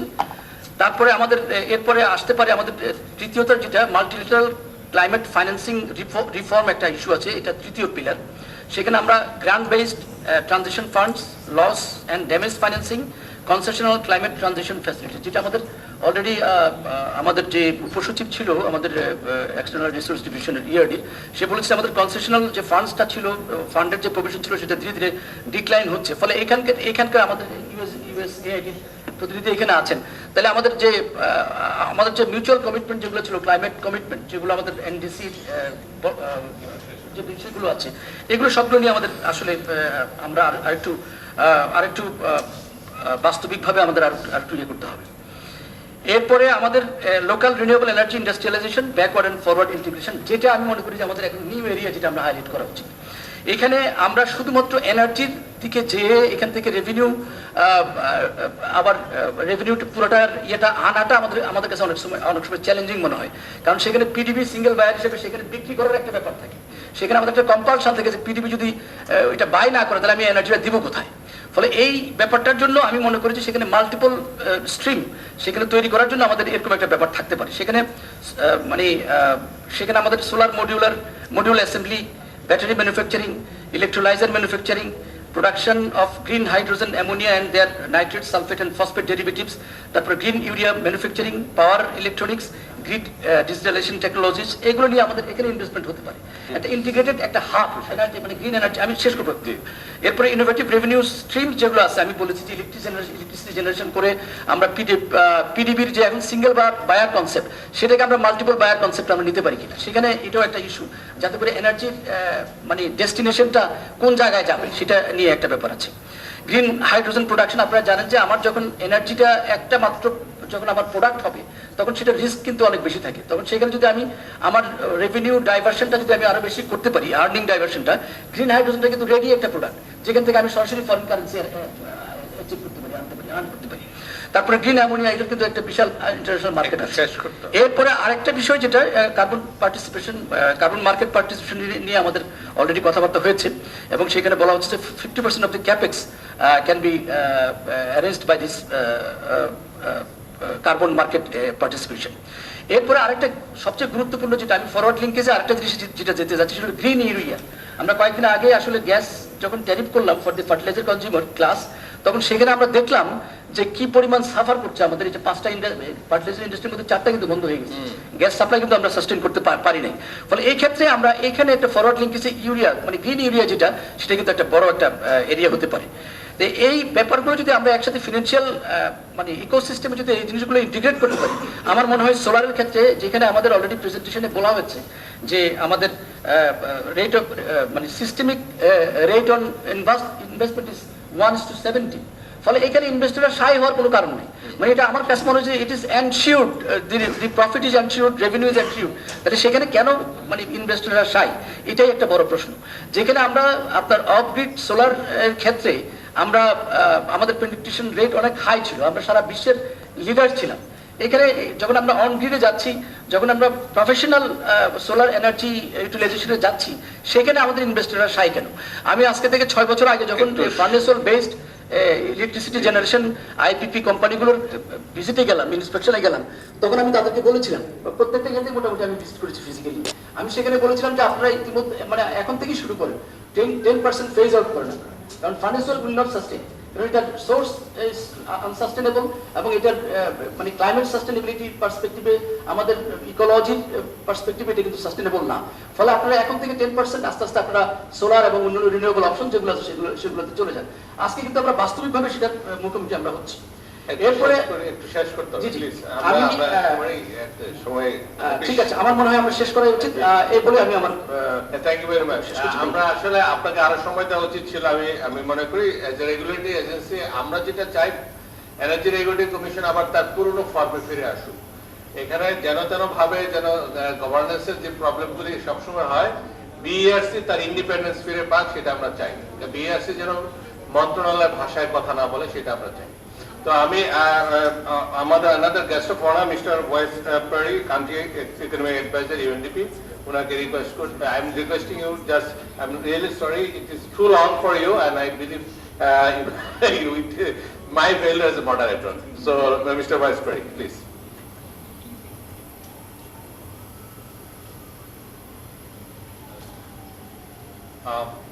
Thank you very much, Mr. Zakir Khan. In fact, I found it very interesting. Yes, we went, there were many speakers, but let me once again congratulate you for organizing this dialogue. What I also like about this dialogue and the previous dialogues that the Change Initiative has organized is that you bring people from different backgrounds, representing different interests. There's government here, there's private sector here, there are think tanks here, regulators are here, there are young people here as well. So it's good to see it and hear from them. So for me it was something that I've learned. I'm of course going to take it back. I'm not going to say much. I think a couple of points just to reiterate. In this study, and I think many people also talked about it, the macroeconomic imperative of this energy transition. Clearly it's there, the savings, reducing the dependency, but in fact there's also an industrial imperative there. This green transition, globally people in fact call it green industrial policy. So it has implications for the competitiveness of course, existing sectors as well, but it may also lead to new sectors, growth sectors, where jobs will be created. And we didn't talk so much about the just transition in terms of disruption. I think as far as fossil fuel industry is concerned, we know that it's usually capital intensive, and so that in terms of jobs, it may not be as disruptive. So I see it as a win-win for Bangladesh, and this may help to maybe help in the spin-off of new industries that we can't even imagine. I understand also the political economy of this transition, but that's already weakening, and Bangladesh is not unique. I think it's happening in other countries as well, where I've served, like Indonesia as well. They have a lot of minerals, and so these interests, we have gone beyond that. I think now there is clearly those interests are weakening. So we should certainly look forward. There are, of course, we have to address that, no doubt, these interests. Third is we talked about bankability. We do need a pipeline of projects, especially to pitch them to investors. And I think you made a couple of very important points about, yes, there is the desire to improve the investment climate, but there are practical issues that investors face. We work a lot with BIDA, for example, on addressing those specific issues that are concerning the investors here.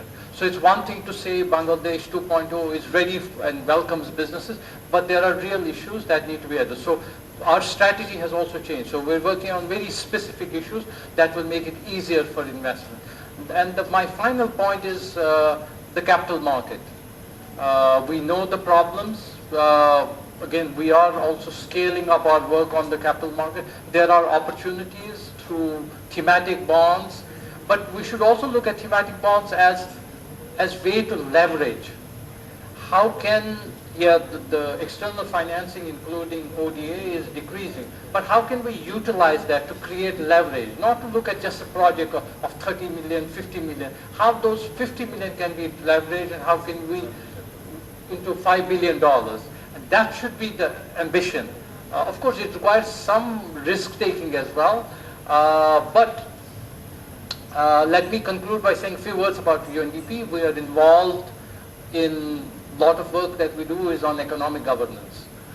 We do a lot of work on sustainable finance, supporting particularly the growth of domestic capital market. So we are happy to be part of this dialogue, and I think our colleague from ITCOL also suggested that there should be a follow-up. If perhaps a committee is formed, we'll be happy to participate in that. And then we are not an investor, we're not an IFI. We do bring a lot of technical expertise. We can connect you to sources of financing, but what we can offer is technical expertise. So happy to be part of this initiative in the future. Thank you very much.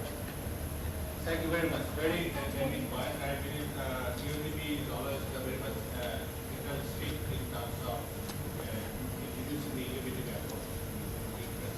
Right now I am also working on them. On the biodiversity finance initiative, so that is another area we can also tap in the coming days. I am really sorry, my teacher and I'm always saying the Professor is not only my teacher, he's my, the father as well, in some knowledge perspective. So, since Minister is not here, so I believe his thoughts and insights will just close the sessions, and with very insightful, the guidance for the government as well. What would be the best strategy for, the managing the crisis in sustainable manner without taking much more burden? Sir, floor is yours, sir. Thank you, sir. Thank you. Assalamu alaikum. I will speak in Bangla rather than in English, because I think except you, everybody can be familiar. At least Bangla is a better way of communication for all of us. শুরু করি, আমার মনে হয় না খুব বেশি বলবো আমি। পুরো আলোচনা থেকে কয়েকটা ইস্যু এসছে, এবং সেটা যদি আমরা এভাবে দেখি, একটা হচ্ছে সোলারের উপরে প্রচণ্ড ট্রাস্ট সবার। আমি ট্রাস্টটা ভাঙতে চাই না, বাট একটা ইনফরমেশন দেই। সোলারের দুটো ভাগ আছে, একটা হচ্ছে যারা ক্যাপটিভ করছেন, নিজেরা প্রডিউস করছেন নিজেদের জন্য, আরেকটা হচ্ছে যেটা গ্রিডে যাচ্ছে। গ্রিডের স্টোরিটা বলি তাহলে বুঝতে পারবেন। আমাদের এখনকার প্রোডাকশন ক্ষমতা গ্রিডে প্রায় 1000 মেগাওয়াট। গত কয়েকদিনের প্রোডাকশন 300-র বেশি হয় নাই। কোয়েশ্চন আমাদের সবার কাছে যে কেন হচ্ছে না, এই আনসার কাউকে না কাউকে দিতে হবে। আমি আরেকটা এক্সাম্পল দেই। উইন্ডে আমাদের ক্ষমতা হচ্ছে 62 মেগাওয়াট, গত কয়েকদিন যাবৎ 0। এবং এর আগে কুতুবদিয়াতে উইন্ড ফেল করে গেছে, বলছেন যে উইন্ড প্রেসার কম। সো আমাদের এই টেকনোলজিগুলোকে নিয়ে একটু ভাবার বিষয় আছে, বা কেন ফেল করছে এটা যদি না আনতে পারি, যদি প্রাণ পারে পিডিবি পারবে না কেন? সো এই কোয়েশ্চনটা আমি আনছি এই কারণে যে পিডিবি আর অ্যাটলিস্ট এনার্জি সেক্টর, again আমি researcher, energy sector has been accused of corruption for many years. Let us not forget this. এই সেক্টরে প্রচুর প্লেয়ার আছে, বড় প্লেয়ার আছে, ছোট প্লেয়ার আছে, মাঝারি প্লেয়ার আছে, কোন প্লেয়ার নাই হয়ে গেছে, যেমন সোলার হোম সিস্টেম প্লেয়ার হিসেবেই নাই হয়ে গেছে। কেন নাই হয়ে গেল? এত টাকার ইনভেস্টমেন্ট, 20 বছরের ইনভেস্টমেন্ট আমরা করলাম, 5 বছর 6 বছর পরে এটা নাই হয়ে গেল। এগুলোতে ফরেন এক্সচেঞ্জ গেছে। এবার আমি দ্বিতীয় অংশ বলি সোলারের এখনকার। যেমন আমি একটা এক্সাম্পল দিই, আপনারা হয়তো অনেক এক্সাম্পল আছে। চট্টগ্রাম চুয়েটের পুরো পাওয়ারটা সোলারে চলে। তারা আউটসোর্সিং করে ফেলছে কোন একটা কোম্পানিকে, তারা 7.5 টাকা দরে তাদেরকে সাপ্লাই করছে। সো ফিজ ব্যাংক হিসাবে, ফাইন্যান্সিয়াল রুল হিসাবে এগুলো ভায়াবল। তাহলে ভায়াবল হওয়া সত্ত্বেও আমার পিডিবি কেন এটা পারছে না? এটা এই প্রশ্নের উত্তর দিতে হবে একদিন। এবং যতক্ষণ আপনারা প্রমোট করবেন, আমাদের মতো গবেষকরা প্রশ্নটা করে যাবে যে কেন দিতে পারলো না। যদি 30%, মানে আপনি খেয়াল করে দেখেন, 1700 মেগাওয়াট রিনিউয়েবল এনার্জির মধ্যে 378 মেগাওয়াট গতকালকে প্রোডাকশন হয়েছে। তার মানে রাফলি অ্যাবাউট 20%, 22% যদি হয়, আর এর যদি ইম্পোর্টেড কস্ট 10 পয়সা হয় পার মেগাওয়াট কিলোওয়াট আওয়ার, সেইভাবে চিন্তা করেন, তাহলে 22% এফিসিয়েন্সি এটা ডাবল হয়ে গেছে। এটা ফার্নেস অয়েল চেয়ে বেশি কস্টিং হবে। তাহলে বুঝতে হবে এগুলোর অ্যানালাইসিস গুলো একটু পরিষ্কার থাকা উচিত। মাইক্রো লেভেলের অ্যানালাইসিস গুলো আমার কাছে পরিষ্কার না, কারণ এত কম এফিসিয়েন্সিতে এটা কেন হবে এবং এটার পেছনের যুক্তিটা কি। এখন আমরা এটাও জানি যে it is an over regulated sector. Over regulated sector বলতে এখানে স্ট্রেডা আছে, এখানে বিআরসি আছে, এখানে পিডিবি আছে, মিনিস্ট্রি অফ এনার্জি আছে, সবাই যার যার মতো রেগুলেশন দিচ্ছে। কেউ বলে এটা দায়বদ্ধ থাকবে না, এটাও ছিল। এক একজন এক এক রকমের রেগুলেশন এই সেক্টর ইউজ করছে, কারণ ইট ইজ এ গোল্ডেন গিজ ফর করাপশন। সুতরাং আমি এটা একটু হাইলাইট করছি বোঝার জন্য যে এই সেক্টরে যেন সব প্লেয়াররা বুঝতে পারেন যে রিসার্চাররা এবং মানুষ কিন্তু প্রশ্নগুলো করবে, ডিফিকাল্ট প্রশ্ন, কিন্তু প্রশ্নগুলো করবে। আমি আরো কয়েকটা যেটা হিসাব করার জন্য, সেটা হচ্ছে মূলত electricity grid, centralised grid system যেভাবে চলছে, এটা এখনকার অনেক দেশে ইনএফিশিয়েন্ট। এগুলো চলে যখন আমাদের ফার্নেস ওয়েল ও যে বিশাল পাওয়ার প্ল্যান্টের, এখন ডিস্ট্রিবিউটেড সোলারে চলে যাওয়া উচিত। আপনি যদি আমাকে জিজ্ঞাসা করেন, আমি বলবো গ্রামে গ্রামে পাওয়ার প্ল্যান্ট দিয়ে দেন সোলারের, 68,000 পাওয়ার প্ল্যান্ট দিয়ে দেন, তাদেরকে গ্রিডে আসারও দরকার নেই, কিচ্ছু করার দরকার নেই। এটা better policy, low cost solution. আপনি চিন্তা করতে থাকেন 1 মেগাওয়াটের বেশি লাগবে না একটা গ্রামে, 200-300 ফ্যামিলি, অতএব আপনি সেটা দিন, সেটাকে, এবং এখানে গ্রিডের সাথে সম্পর্ক রাখেন না, পিজিসিবির সাথে সম্পর্ক রাখেন না, কিচ্ছু দরকার নেই।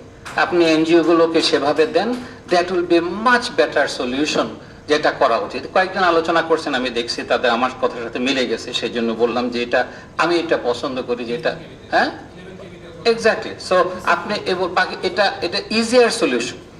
আপনি রিনিউয়েবল এনার্জির অল্টারনেটিভ খুঁজছেন, উইন্ডে যাবেন না, it has fail and it will fail again. বাংলাদেশে উইন্ড একবার উত্তর দিকে যায়, একবার দক্ষিণ দিকে যায়, মাঝখানে 3 মাস উইন্ড নড়ে না। So it is not going to work. আপনি কেন টাইডাল এনার্জিতে যাচ্ছেন না?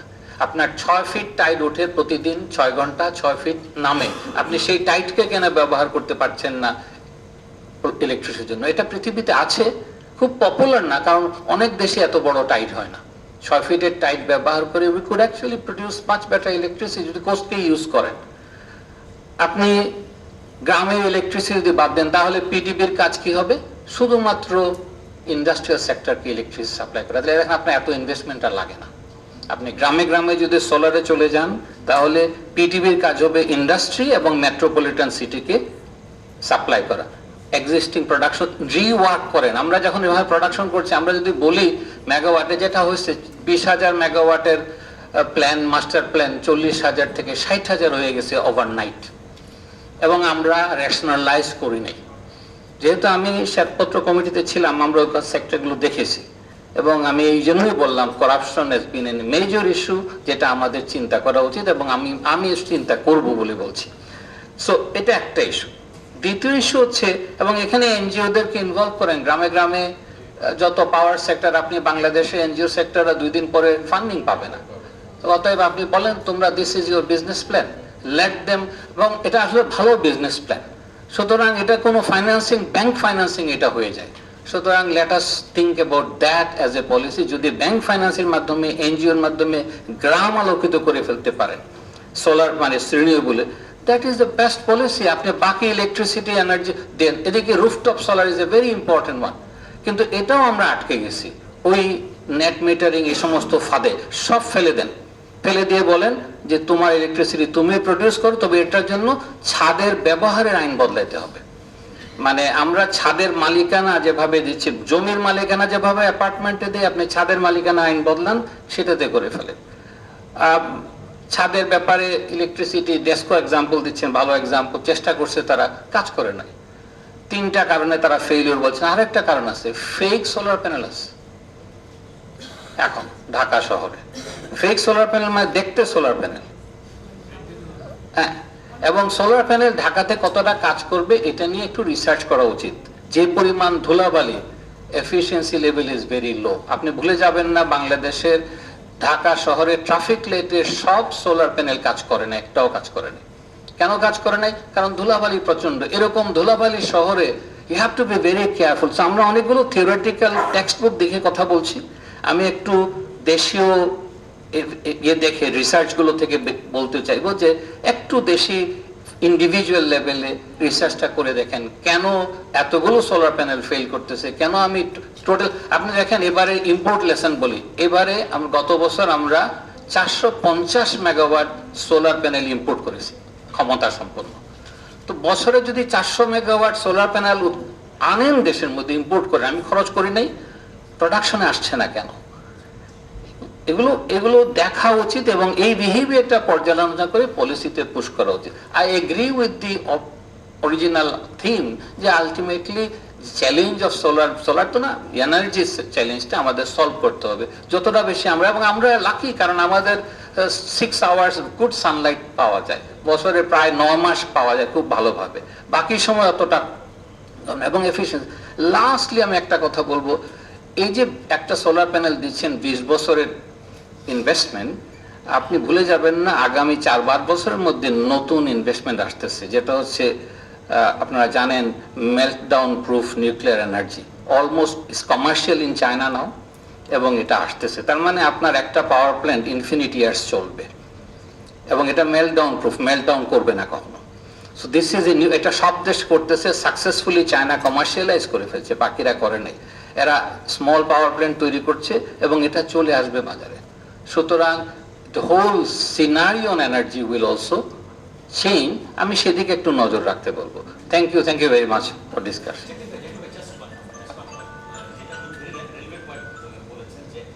আমাদের 1600 মেগাওয়াট সামথিং, কিন্তু 839 মানে ওটা কেন 478 যেটা বলছি, 1639 কিন্তু গ্রিডে রেকর্ড হয় না।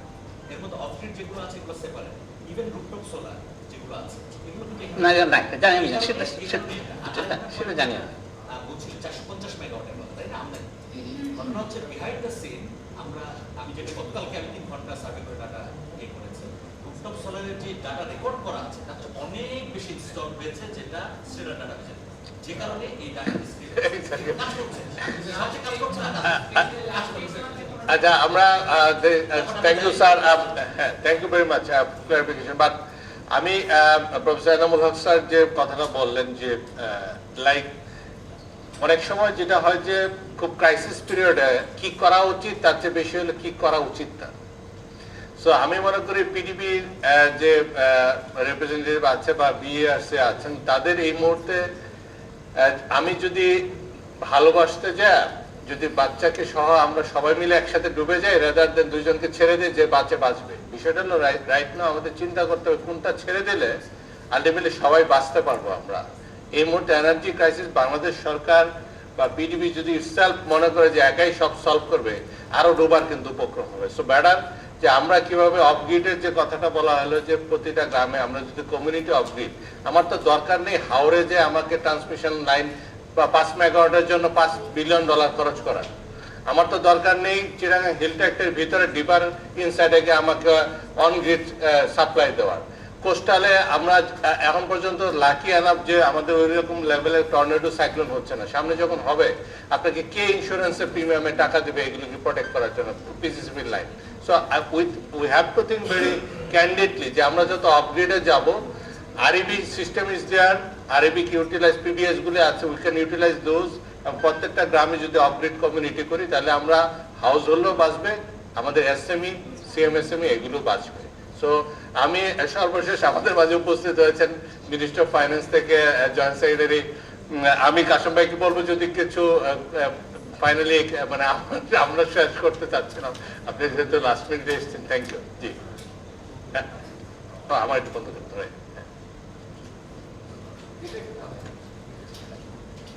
এখন কাজ করবে, এখন কাজ করবে।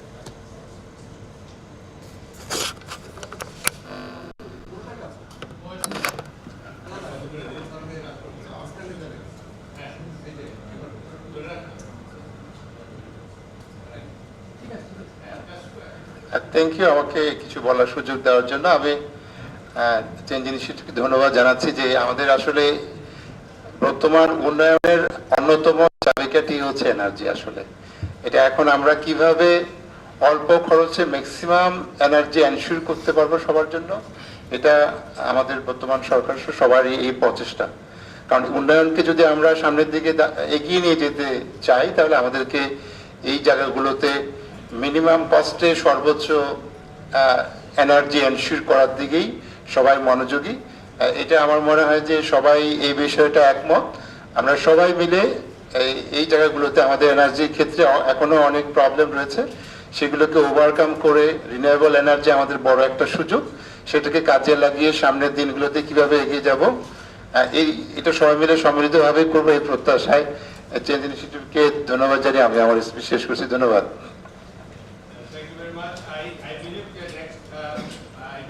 বাজেটে মিনিস্টার অফ ফিনান্স থেকে যে ইনসেন্টিভ আমরা এগুলো recommendation will just forward to the minister of finance. So I believe this is the time for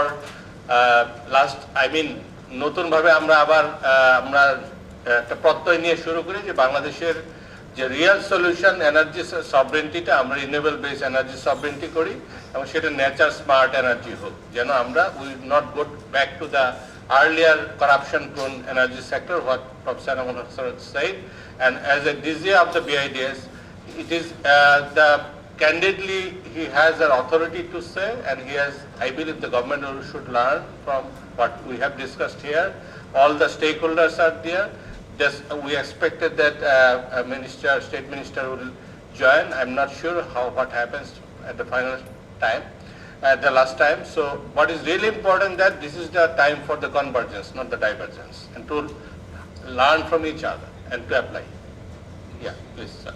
There's two issues I just want to add. একটা হচ্ছে এখন কিন্তু সোলার বেসড কুকিং সম্ভব। So remember আমাদের natural গ্যাসের উপর একটা চাপ আছে, এখন সোলার থেকে কুকিং সম্ভব এবং গ্যাজেটস অ্যাভেলেবল ঢাকাতে। এটা একটা। আর দ্বিতীয় জিনিসটা আপনারা অনেকে বলছেন সেটা হচ্ছে ইরিগেশন। আমি একটু প্রিকশন দেই, ইরিগেশন করতে গিয়ে আমার গ্রাউন্ড ওয়াটার নাই হয়ে যাচ্ছে, সুতরাং we have to be careful. But আমি যেটা মনে করি সেটা ইম্পর্টেন্ট, 4 মাস ইরিগেশন দিয়ে যদি কোনো ইনভেস্টমেন্ট প্যাকেজ ফিনান্সিয়ালি ভায়াবল হয় তাহলে এটা ইম্পসিবল আইডিয়া। সুতরাং ইরিগেশন প্যাকেজকে যদি আপনি নেন, এটাকে ওই যে গ্রামে গ্রামে ইলেকট্রিসিটি দেওয়া তার সাথে লিঙ্ক না করলে সোলার ইরিগেশন কখনোই প্রফিটেবল হবে না। যদি হয় তাহলে বোকার মতো কাজ করতেছে কেউ, যে রেটটা দিচ্ছে এটা ইম্পসিবল আইডিয়া। কারণ কোনো প্রোডাকশন প্ল্যান্ট 4 মাস প্রডিউস করে 12 মাসে ইনকাম করবে, এটা হাস্যকর আইডিয়া। তো সেই জন্য আমি বলছি শুধু ইরিগেশন প্ল্যান কাজ করবে না। অনেকে মনে করছেন এটা হবে, এগুলোর সাথে গভর্নমেন্ট সাবসিডি জড়িত, যেই সাবসিডি উইথড্র যাবে সব ফেল করবে। সুতরাং মাথায় রাখতে হবে এটার সাথে গ্রামে গ্রামে বিদ্যুৎ পৌঁছে দেওয়ার প্ল্যানটাকে দিলে সে 12 মাস বিদ্যুৎ দেবে, যখন মানুষ কম বিদ্যুৎ ব্যবহার করবে তখন সে পাম্প চালাবে। That will be a better strategy. Thank you. আমরা একটু শেষ করতে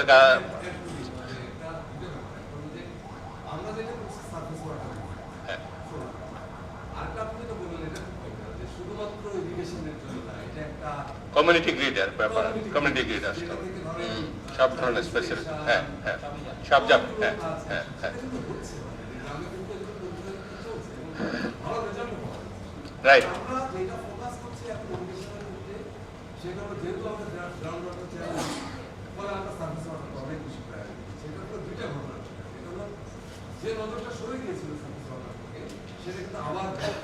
ক্যানেল খালের মাধ্যমে আবার ফিরে আসছে। আমরা চাই খালগুলো শুধু খাল না, এই খালগুলো আরো মাল্টিপারপাস ইউজ হোক। আমরা সোলার সিস্টেম কিভাবে আমরা সামনে আমরা এই স্টাডিটা করতেছি, এটা আমরা নিয়ে আসবো যে what can be the potential. 20,000 kilometre যদি খাল, 2 সাইডে 40,000 kilometre, so we can have a mass more potential. Another point, sorry, just শেষ করতে কমল ভাই। সেটা হলো আমাদের যে নদীর পানি অন্যত্র চলে যাচ্ছে, দ্যাটস ওয়ান রিজন যে ওয়াটার লেভেল নিচে নেমে হ্যাঁ, আমাদের উত্তরাঞ্চলে আমরা অলরেডি গ্রাউন্ড অবস্থা খুবই খারাপ। সো আমরা এখানে শেষ করছি with a good note that we are all together moving towards the renewable based energy sovereignty, and the government should follow all the discussion. Thank you very much everyone.